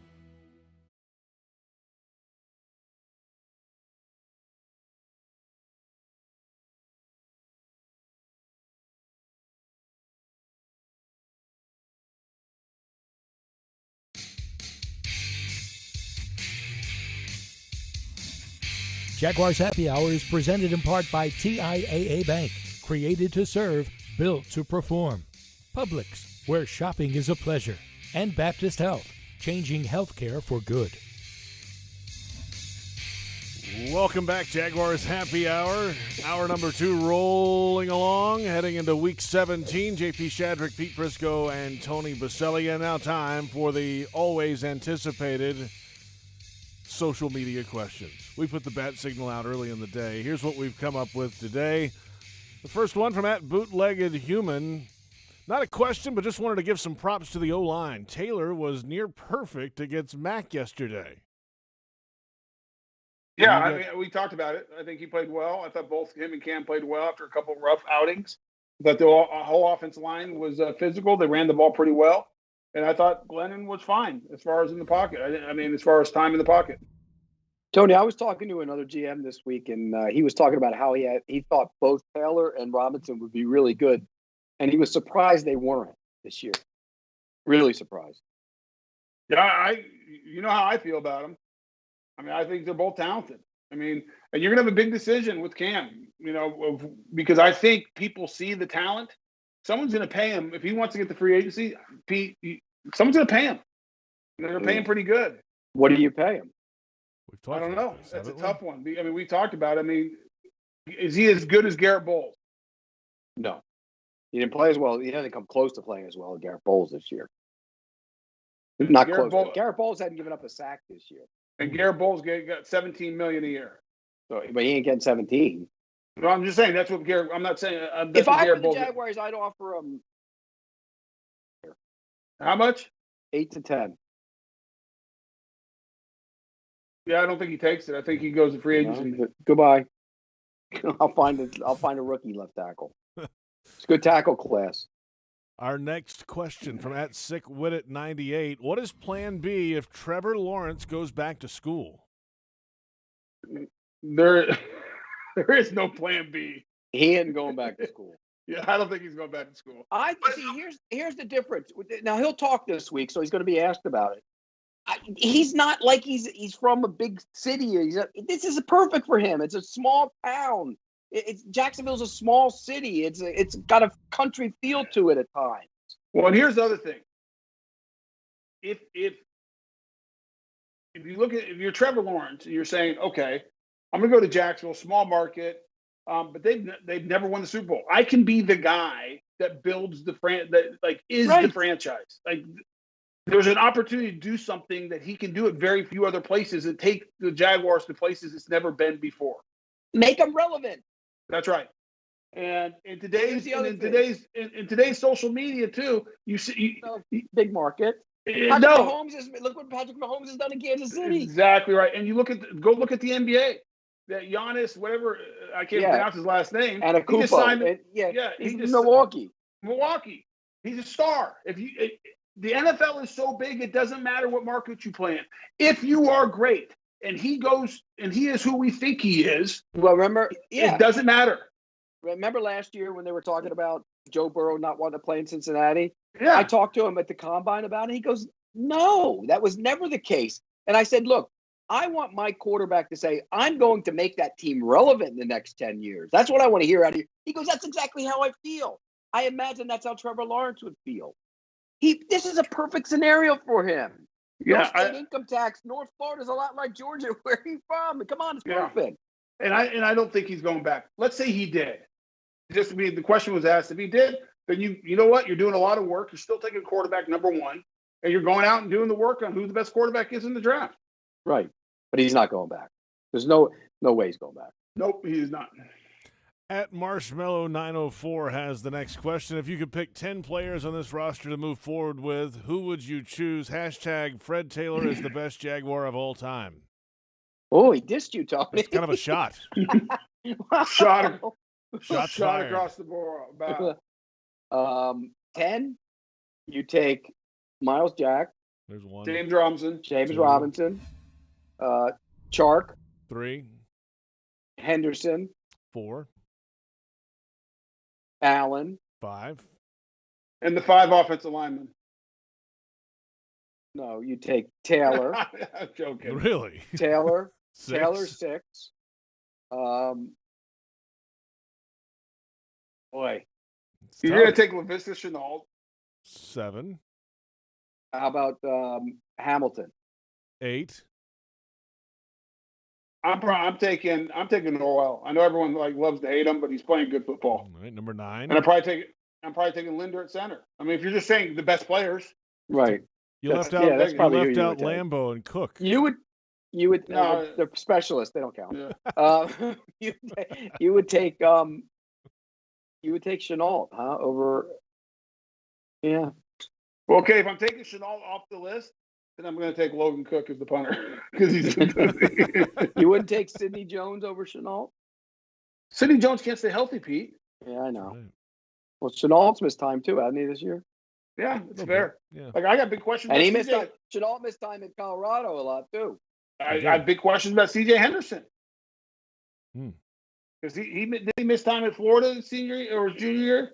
Which you would take young safeties? I mean, you're probably going to take Daniel Thomas just because of his youth and the little bit you saw, and he's a very good special teams player. Isn't it interesting that neither one of us said Joe Schober? That's right. And he's 6th in the league in tackles this year. Yeah, he probably would. I mean, I'll say this: I'm not getting rid of him because I don't want to have to. I mean, and it goes back to the conversation about Cam.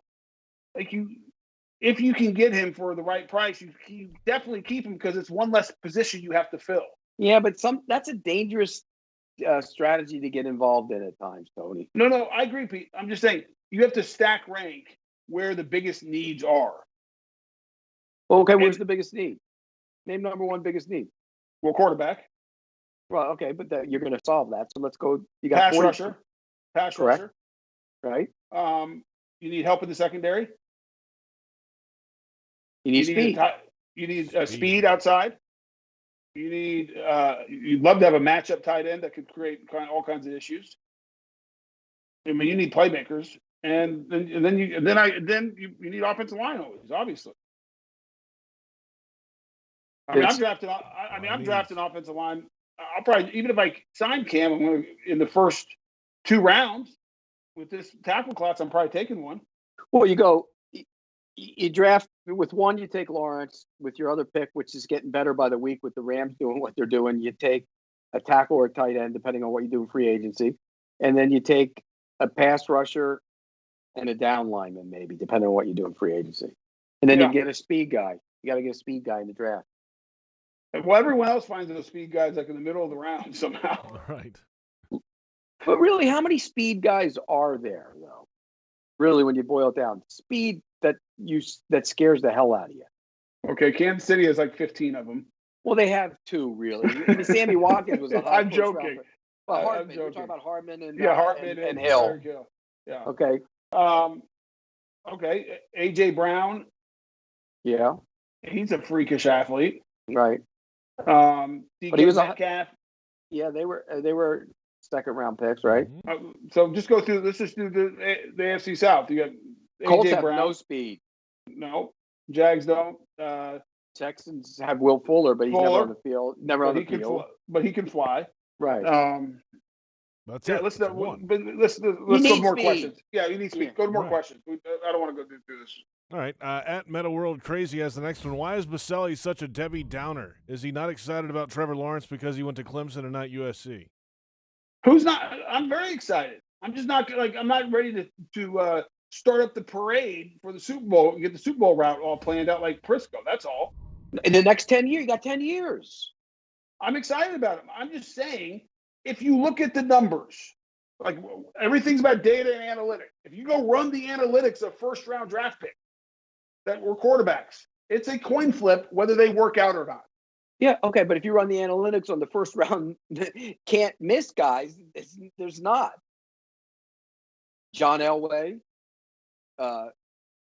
Andrew Luck, Peyton Manning. Although Peyton Manning, I'll give you this. A lot of people like Ryan Leaf in that draft. I was going to say, everyone said Ryan Leaf was can't miss either. It was a coin flip. How'd that work out? Okay, but if you're getting a knucklehead, he's going to miss no matter how good you are. Well, that's my point. And I don't think listen, I think headline Boselli, Lawrence is a knucklehead. No, he's not. I think Trevor Lawrence is a superstar. I'm just saying, it's more than just that. I agree.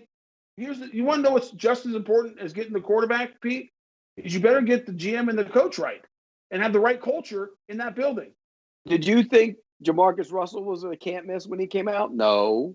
Did you think Vince Young was can't miss when he came out? No. Did you think Matt Leinart was can't miss when he came out? No. That's what I'm saying. There's different. None of the first round picks the Jaguars picked were first round. The quarterbacks were can't missers. No, I agree, Pete. I think Trevor Lawrence is gonna be great. My only point was, if you look at the numbers of quarterbacks picked in the top 10, I agree. It's a coin flip. If he's what we think he is, should they win a Super Bowl in the next 10 years? Yes, absolutely. But I'll say this: I'm going to go back to what I just said because you didn't respond. You better get the head coach and GM right. Because I agree. You better No, have the right culture. Otherwise, that kid will not be successful. He will not be successful if you don't have the right culture. I agree with you. And that is a fact. Our next question from @Leland Merritt. Now that we've secured the first overall pick, does Peter Tony have any thoughts on who we will take first overall? I'm just playing. Actual question is, do they think we could trade Gardner for a 4th or 5th? And if we can, should we? Love the show. Yeah, I don't think so. I roast don't think beef anyone. sandwich, turkey sandwich, throw in a sub, maybe some bucket of chicken and pizza. Get you Gardner Minshew. Seriously, we're not going to get anything for him. Yeah, I would be surprised if you got anything for Gardner Minshew. What was the tweet earlier? Was it today or yesterday, Pete? You commented on like NFL on CBS had something about Gardner's numbers. I'll read it to you. I looked at it. Like they put out a tweet. It just shows you how Right. analytics and stats can be deceiving. It said basically, is Gardner getting a fair shake or something to that effect? Yeah. And I looked it up. And it's like all these numbers are like second half numbers. I dispute my own place. That's what I'll do. Give me a break. Was it CBS Sports? Is that where it's it was? NFL on CBS? Yeah, NFL. NFL on CBS. We'll look it up. It was interesting because I could hear Pete through the tweet, just in my ears. I saw it. It was this morning. I'm like, what are they talking about? Yeah. Obviously, a lot of those numbers are in moments when the Jaguars are down in football games. You know what, JP? Yes. Lawrence mania will last a lot longer than Minshew mania ever lasted. I can promise you that. Wow. I mean, wow. Let me ask you this. Yeah. Would people feel the same way about Minshew if he didn't have the long hair and didn't wear the cutoff jeans and he wasn't funny and he wasn't the whole shtick and everything? No. So here's the tweet. It says, does Gardner Minshew deserve better? This season, the Jags' current backup has more pass yards per game than Breeze and Tannehill, better TD to interception ratio than Russ and Lamar, higher QB rating than Big Ben and Kyler, and higher completion percentage than Brady and Stafford. That's the tweet. My response to that is, if you watch the tape of Breeze, Tannehill, Russell Wilson, Lamar, Ben, Kyler, Brady, and Stafford, would any GM on planet Earth or coach take Gardner Minshew before they took those guys? Well, let's put it even worse. Doug Marrone picked Mike Glennon over Gardner Minshew. Think about that. No, my point, and like with the tweet, because Pete, you're right. Do you think Doug Marrone wants to get fired? Do you think Doug Marrone wants to lose every game? Do you think this coaching staff isn't doing everything they possibly can to find a way to win a football game? If they thought Gardner Minshew gave them a better chance of winning football games, he would be the quarterback. No question about it. I mean, come on. That's why these are. It was a fun little story why it was going on. It's over. It's done. It wasn't good. One final question at No Toes Down. What are your thoughts on some of these national media members, Schaap and Mortensen, to name a couple, slandering the Jags and proclaiming they shouldn't get the number 1 pick? Seems rather ignorant. What are they talking? I saw those tweets. Jeremy Schaap saying they shouldn't get the number 1 pick because you don't reward losing. It's the dumbest thing I've ever heard. Now, in fairness to Schaap, that was not a shot at Jacksonville because he said the same thing 3 weeks ago about the Jets. He says it about everybody. Yeah. So I just want to make sure this is not Jaguar fans and national media taking a shot saying this because it's the Jaguars. There are certain people that don't like the drafting system the way it's set up in the NFL. But also there were people there who were saying that the Jaguars were tanking. This is how stupid the national media is sometimes. They were tanking by not playing Minshew and playing Mike Glennon. That's the belief outside of this place. And anybody who's been around the building and knows everybody knows that's not the case. So there you have it. There you have it. Social questions are in. Thank you for the submissions. We're back in a moment with a look around the National Football League in week number 16. It's Jaguars Happy Hour on the Jaguars Digital Network.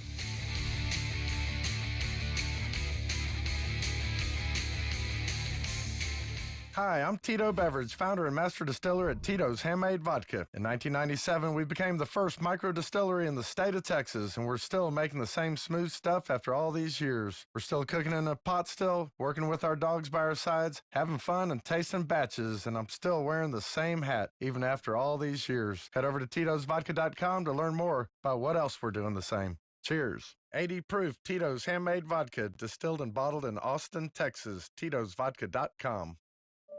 At ViStar, we believe in better. And that means treating people better with friendly, personal service that's kept our members happy since 1952. A smile and personal greeting when you enter the branch, an online or phone chat for those quick questions, and a call center that's open every day. If you believe that great service is better, join ViStar. We never forget that it's your money. All loans subject to approval, insured by NCUA.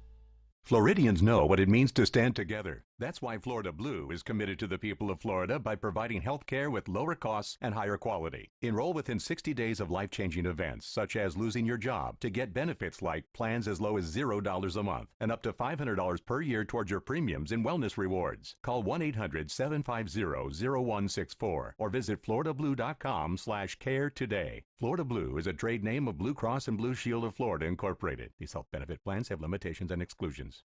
Why do you choose Farah and Farah? First, we have the financial resources to take on any insurance company, and our track record proves that we know how to win.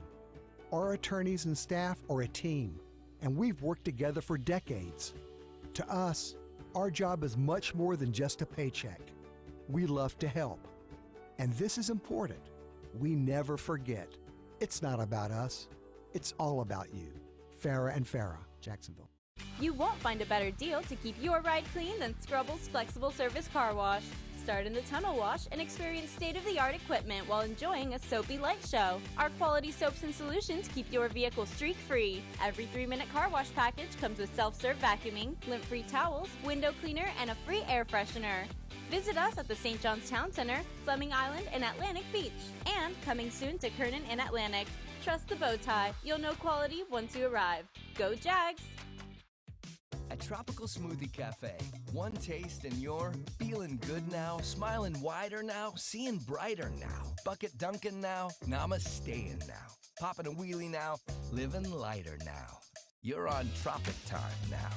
And on Mondays, try our Jaguars Duval Delight Smoothies for $2.99. And you're roaring louder now, end zone dancing now, sipping spirit now. You're on Tropic Time now at Tropical Smoothie Cafe.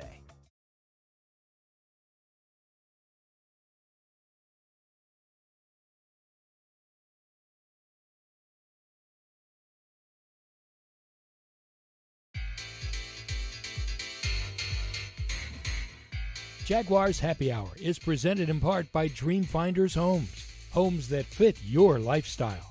Next Grill, everyone's invited. And Adecco. Visit AdeccoUSA.com. Welcome back, Jaguars Happy Hour. On a Monday, JP Shadrick, Pete Prisco, Tony Boselli. Let's go around the National Football League. We'll split it up into two different parts here. We'll start off, though, with the early games of the week. Friday, the Saints over the Vikings, 52-33. Alvin Kamara tied Ernie Nevers' record with 6 rushing touchdowns in a game, Pete. Whenever you bring Ernie Nevers' name out, that's historic. Yeah, and look, he's a fantastic running back. He's the perfect style of back you want in this league nowadays. I had one little issue with it. Would you put him back in to get the 6th touchdown there at the end, Tony? Only I would have put him. I would have given him the ball instead of Taysom Hill, so he would have 6 before he ever got to that point. I get it, but that one late in the game wasn't a little. I mean, and Sean Payton and Mike Zimmer are friends. I would have been unhappy if I was Mike Zimmer. It's the NFL. you know what? You get paid to stop him. This isn't college. This isn't high school. Right. That's right. You have a defense too, Pete. If you don't want him to score, Pete, then stop him. Okay, here's the other point of that. What if he twisted his knee up on that run? That'd be a problem. Right. On Saturday, the Buccaneers blasted the Lions 47-7. You know, I've been around this league a long time. That Lions team quit so bad. I didn't see it. It was disgusting. It was, what was it at halftime, JP? It was 40 to something at the half. Wasn't it at the half? It was 34-0. It was amazing, and they had a punt return for a touchdown. Other than that, they did nothing, and they quit. And Matt Stafford got hurt. So had 186 yards of offense. Detroit did. It was terrible. They're bad. With no Matt Stafford, the Jaguars might actually be able to beat that team. What are they going to do with GM and coach, you think? I don't know. They have a decision to make on Stafford. You keep him? I still think he's pretty good. I do too. I think he's really good. He was a number 1 overall pick too. I was going to say, that's right. Yep. Yeah, and what is they that? They haven't won a Super Bowl in a decade. They had sniffed one. And everyone thought he was one of those like almost pretty. I don't know if he was as for sure as Andrew Luck, but he was pretty dang close. I remember him coming out like he was the dude. But he also goes back to your theory on the culture has never been good there. That's right, and that's why you have to get it right. And I saw Gil Brandt actually tweeted out something today about Stafford. You know, people killing him, saying he's not a great quarterback. If Matt Stafford was with Andy Reid or Belichick, you know, if he was on the Steelers, on one of these great organizations, might be a different story about him. I've always thought he was underrated. I like Matt Stafford. I do too, and so that's why it goes back to my point. You better get the culture right. Just picking the quarterback isn't good. Like, and people are saying, "Aren't you excited?" Yes, I'm excited. I want Trevor Lawrence. I think it's gonna be great, but you got to get the building right. But I don't think they had 4 picks in the top 44 and had all that cap room when he got there either. It doesn't matter if you don't have the right culture where players are developed, that people want to be at your organization, and that there's a single message going through, and there's conviction about who we are and what we're doing and how it gets done, and this is how we do it. And it's coming from the GM and the head coach, you have no chance. You have no chance. I get it. 2 more Saturday games. The Niners over the Cardinals 20-12, and a big loss to the Cardinals. Open it up for the Bears to make a move. Yeah, but if the Cardinals win this week, they're in. If the Bears lose this week, they're in. Then they play the Rams, who probably won't have Jared Goff because of thumb injury. It looked like a really bad loss. In hindsight, it might not end up being one. Well, it's not great because now. But we'll give the Niners credit too, by the way, because that's a group. That team's. There you go. Culture, coach, culture, quarterback. GM. Look at what they've done this year without their best player on offense for quite a bit of the year, George Kittle, without their quarterback Garoppolo, without their best player on the whole team probably, Nick Bosa out. No Sherman. No Sherman. No Jimmy Ward this week. Mostert's been hurt all year. Deebo Samuel's been out. Look at that. Look at that. What they've done, and they play hard and they compete. And they're in games, right? And because he's a good coach. He's a good coach, and him and Lynch are on the same page. And Lynch knows his role, and he builds the team and gets players based on what that guy wants to do and how he wants to call offense and how Robert Saleh wants to play defense. And he gets the right guys, and they have the right culture. And you can see it. I remember being around the last year at the Super Bowl, Pete. Yeah. You can just feel it within the organization. And that was an organization that was dead. Right. That had a terrible culture and was going nowhere. Correct. And they were desperate, and they got 2 guys who are on the same page, and they're football guys, and they get it, and they're good leaders, and they're going to be. Now, they have a big decision. It'll be interesting to see what him and what Shanahan and Lynch do with Garoppolo after this year. Correct. Let's take a time out. We got one more Saturday game to get to. We'll get to all the rest in Week 16 as well. When we return, coming down the home stretch, it's Jaguars Happy Hour on the Jaguars Digital Network.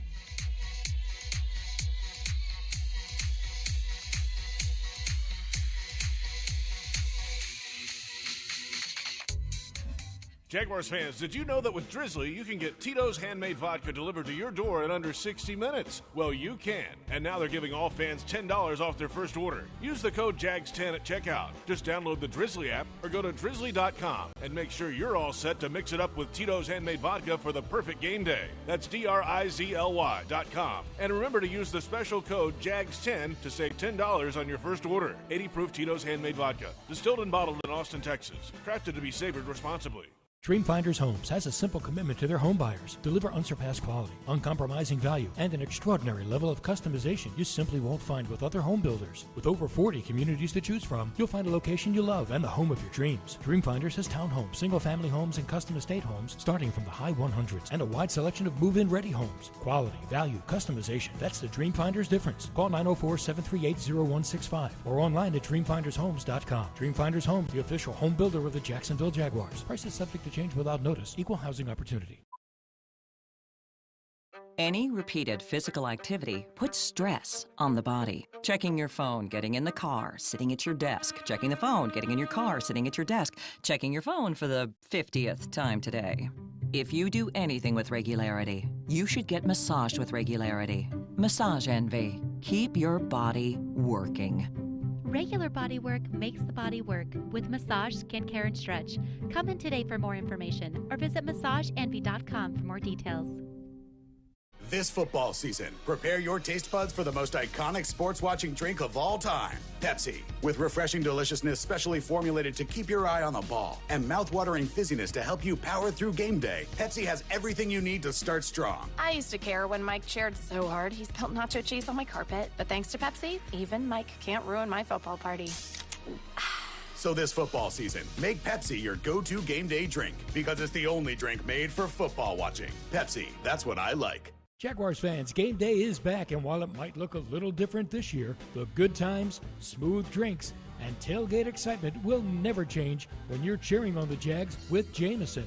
So pull up a seat, pour a smooth Jameson, ginger, and lime, and enjoy game day with Jameson. Taste responsibly. Jameson Irish Whiskey, 40% alcohol by volume, 80 proof. Product of Ireland. Copyright 2020. Imported by John Jameson Import Company, New York, New York. The best way to feel love is to share it. At Hanania Subaru of Orange Park, we always go the extra mile with bigger selection, more savings, our best service. Only Subaru of Orange Park gives you a nationwide lifetime warranty and 1 year complimentary maintenance on new and used vehicles. Plus, when you get a new Subaru during the Subaru Share the Love event, Subaru will donate $250 to your choice of charities. At Hanania Subaru of Orange Park. Online at SubaruofOrangePark.com. See dealer website for full details.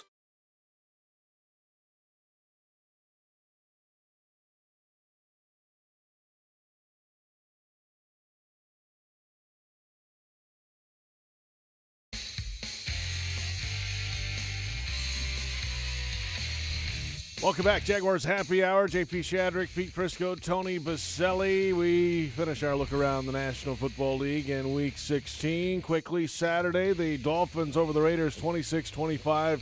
One of the wildest final 4-minute stretches you'll see, Pete. Yeah, and, I mean, it was crazy. What do you do? I think the Raiders messed that up at the end of the game. You're trying not to score, but you should have scored on third down.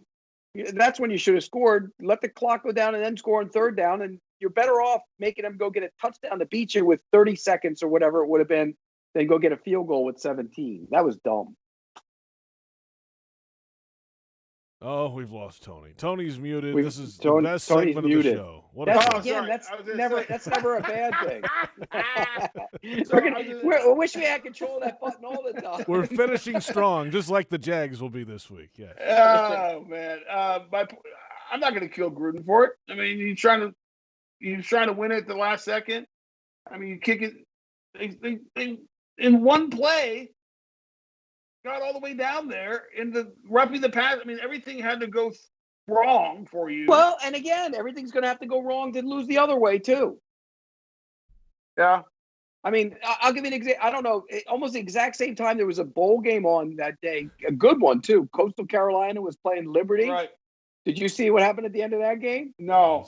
The running back tried to prevent himself from scoring to try and burn more clock, and the lineman somehow stumbled onto him, and he fumbled in the end zone, and the other team recovered. Go get your point. Get your point. Yeah, I mean, I get what you're saying, Pete, but I'm not going to kill Gruden for it. I mean, it's not a bad strategic call there. It wasn't. No, the call isn't bad. But if you want to burn clock, and then take it down and then score on the third down. Don't score right away. I get that. You didn't have to. Right. They could have scored on third. And the other thing is, the penalty actually hurt them. You remember they jumped off sides, the Dolphins, and gave them a first down? That stopped the clock. Otherwise, they would have had to use a timeout if they got that first down. So it was interesting. I don't know. I would have scored on third down. Bengals over the Texans, 37-31. We'll stay away from that game. The Chiefs over the J.J. Falcons. Watt went off, though. He did. See him? I saw that. He's right. He's right about players play. Go play. Yeah, I liked it. I actually liked his comment. Yeah, J.J. Watt. And then the Chiefs over the Falcons. Koo missed a field goal. He had made 27 straight until he didn't. And by the way, earlier on the drive when the Chiefs went ahead, A.J. Terrell had an interception in the end zone and he dropped it. They would have won that game. The Chiefs haven't looked like the Chiefs recently. They just haven't. But you know what they do? They win. I know. But they haven't looked, and you know what? They haven't looked that good recently, but they have can turn it on whenever they want to. They have a bye in the playoffs, but they haven't looked. Yeah, no, but they haven't looked as good. What do you do this week, Pete? If you're Andy Reid, you have the bye. You have sit everyone. Yeah. Do you worry about having 2 weeks off and being rusty in that opening playoff? No. Speaking of anybody who's borderline sit and Mahomes sit. Speaking of a team that didn't look like themselves for a few weeks, the Pittsburgh Steelers rallied back. The Colts blew it yesterday. I think the design of their offense is awful because they were forced to have to throw the ball fast and down the field in the second half, and they did it. All those crossing routes they run, those little 3-yard, 4-yard crossing routes, I think the design of the offense. You mentioned Deontay Johnson. He can go. You let him go. Yeah, that was a big choke job by the Colts, by the way. We're supposed to have a good defense. You're supposed to win that game. Yeah, that's exactly right. You're up 24-7. You can't give up, especially against an offense who'd been struggling. And you're right. The reason they run those little crossing routes and all that short passing, because that's their run game. And I don't think – is Ben right, Pete? Well, he looked good in the second half yesterday. He did. I mean, but if that's the case, why aren't they pressing the ball down the field? Bad design. And it does not help when you can't run the ball. I think Pittsburgh's an early exit in the playoffs because they can't run the ball, and I think they're gonna have a hard time. You'd rather play the Steelers, I think, right now than the Ravens. Yeah, 100% I would. The Ravens are playing good football right now. Yep. Chargers over the Broncos. Hold on. Do the Steelers show up? Because this game doesn't mean anything for them to make sure the Browns don't make the playoffs. Well, they can still get the 2 seed, couldn't they? Well, no. If the Bills win tonight, they can't get the 2 seed. That's right. Well, the Vegas line says they're not going to show up because they're 7-point underdog. Yeah, so because they might sit Ben and make that their bye week. So interesting. Chargers over the Broncos and the Panthers over Washington. Dwayne Haskins waived today by the Washington football team. Well, I mean, he's not good, A, and he's irresponsible, B. That's a good reason to waive a guy. There you go. And my guess is they're probably able to cancel his guaranteed money because of conduct detrimental or some of the things he's pulled off the field. And so my guess is he's not going to get all his guaranteed money either. Yeah, and by the way, Taylor Heineke came in and actually played better. Washington is alive. If they win on Saturday night against the Eagles, they're the NFC champs. Will Alex Smith be back at quarterback? Maybe. And it's at Philly. That's not going to be an easy game for Washington. By then, you'll know who won the Dallas Giants game, and the winner of that game will be alive. And then if the Eagles were to beat the Washington football team, then the Cowboys or Giants would be the division winner. That's gross. Some other games, Cowboys over the Eagles, 37-7. It is gross. 37-17. Seahawks beat the Rams 20-9. And then last night, the Packers over the Titans, 40-14. It sets up a tight Week 17 to determine the AFC South champion. And the Titans have not won a division since 2008. It's hard to believe that. They've just beaten the Jaguars pretty bad a bunch since then. You know what's amazing is if there wasn't that cold and snowy, Rodgers would have been in a 7-on-7 drill. They can't rush the passer at all. Right. Nothing. They give you nothing rushing the pass. They're going to be an early exit team too because they can't rush the passer. Yeah, the only chance the Titans do have, if Derrick Henry gets it going and they shorten the game and they're just controlling it, running the ball with him. That's how they can stay in games. It's their only chance because you're right, Pete. They are. That isn't working against, but I don't think that's working against Kansas City though. We saw that in the playoffs last year. They got a good lead. They were running it. No. But they're not going to play Kansas City in the first round. No, they'll play. They'll be the 4 seed. No, they'll be the 4 seed, right? Yep. All right. And so they would. Time for the final Monday Night Football preview of the season. It's an AFC East division battle that doesn't matter much at all. The division champion Buffalo Bills at 11-3, and the eliminated New England Patriots at 6-8. Who you got in Foxborough? Buffalo. Quickly. I think Buffalo will win this game. I think Josh Allen has a big day. Tony? Bills. Patriots aren't very good. Thank you, next week is our final show, right? Yes, it is. One more week to go. Got to remind the audience. Yes, we'll see you then. Pete Prisco, Tony Boselli, JP Shadrick. Jaguars Happy Hour.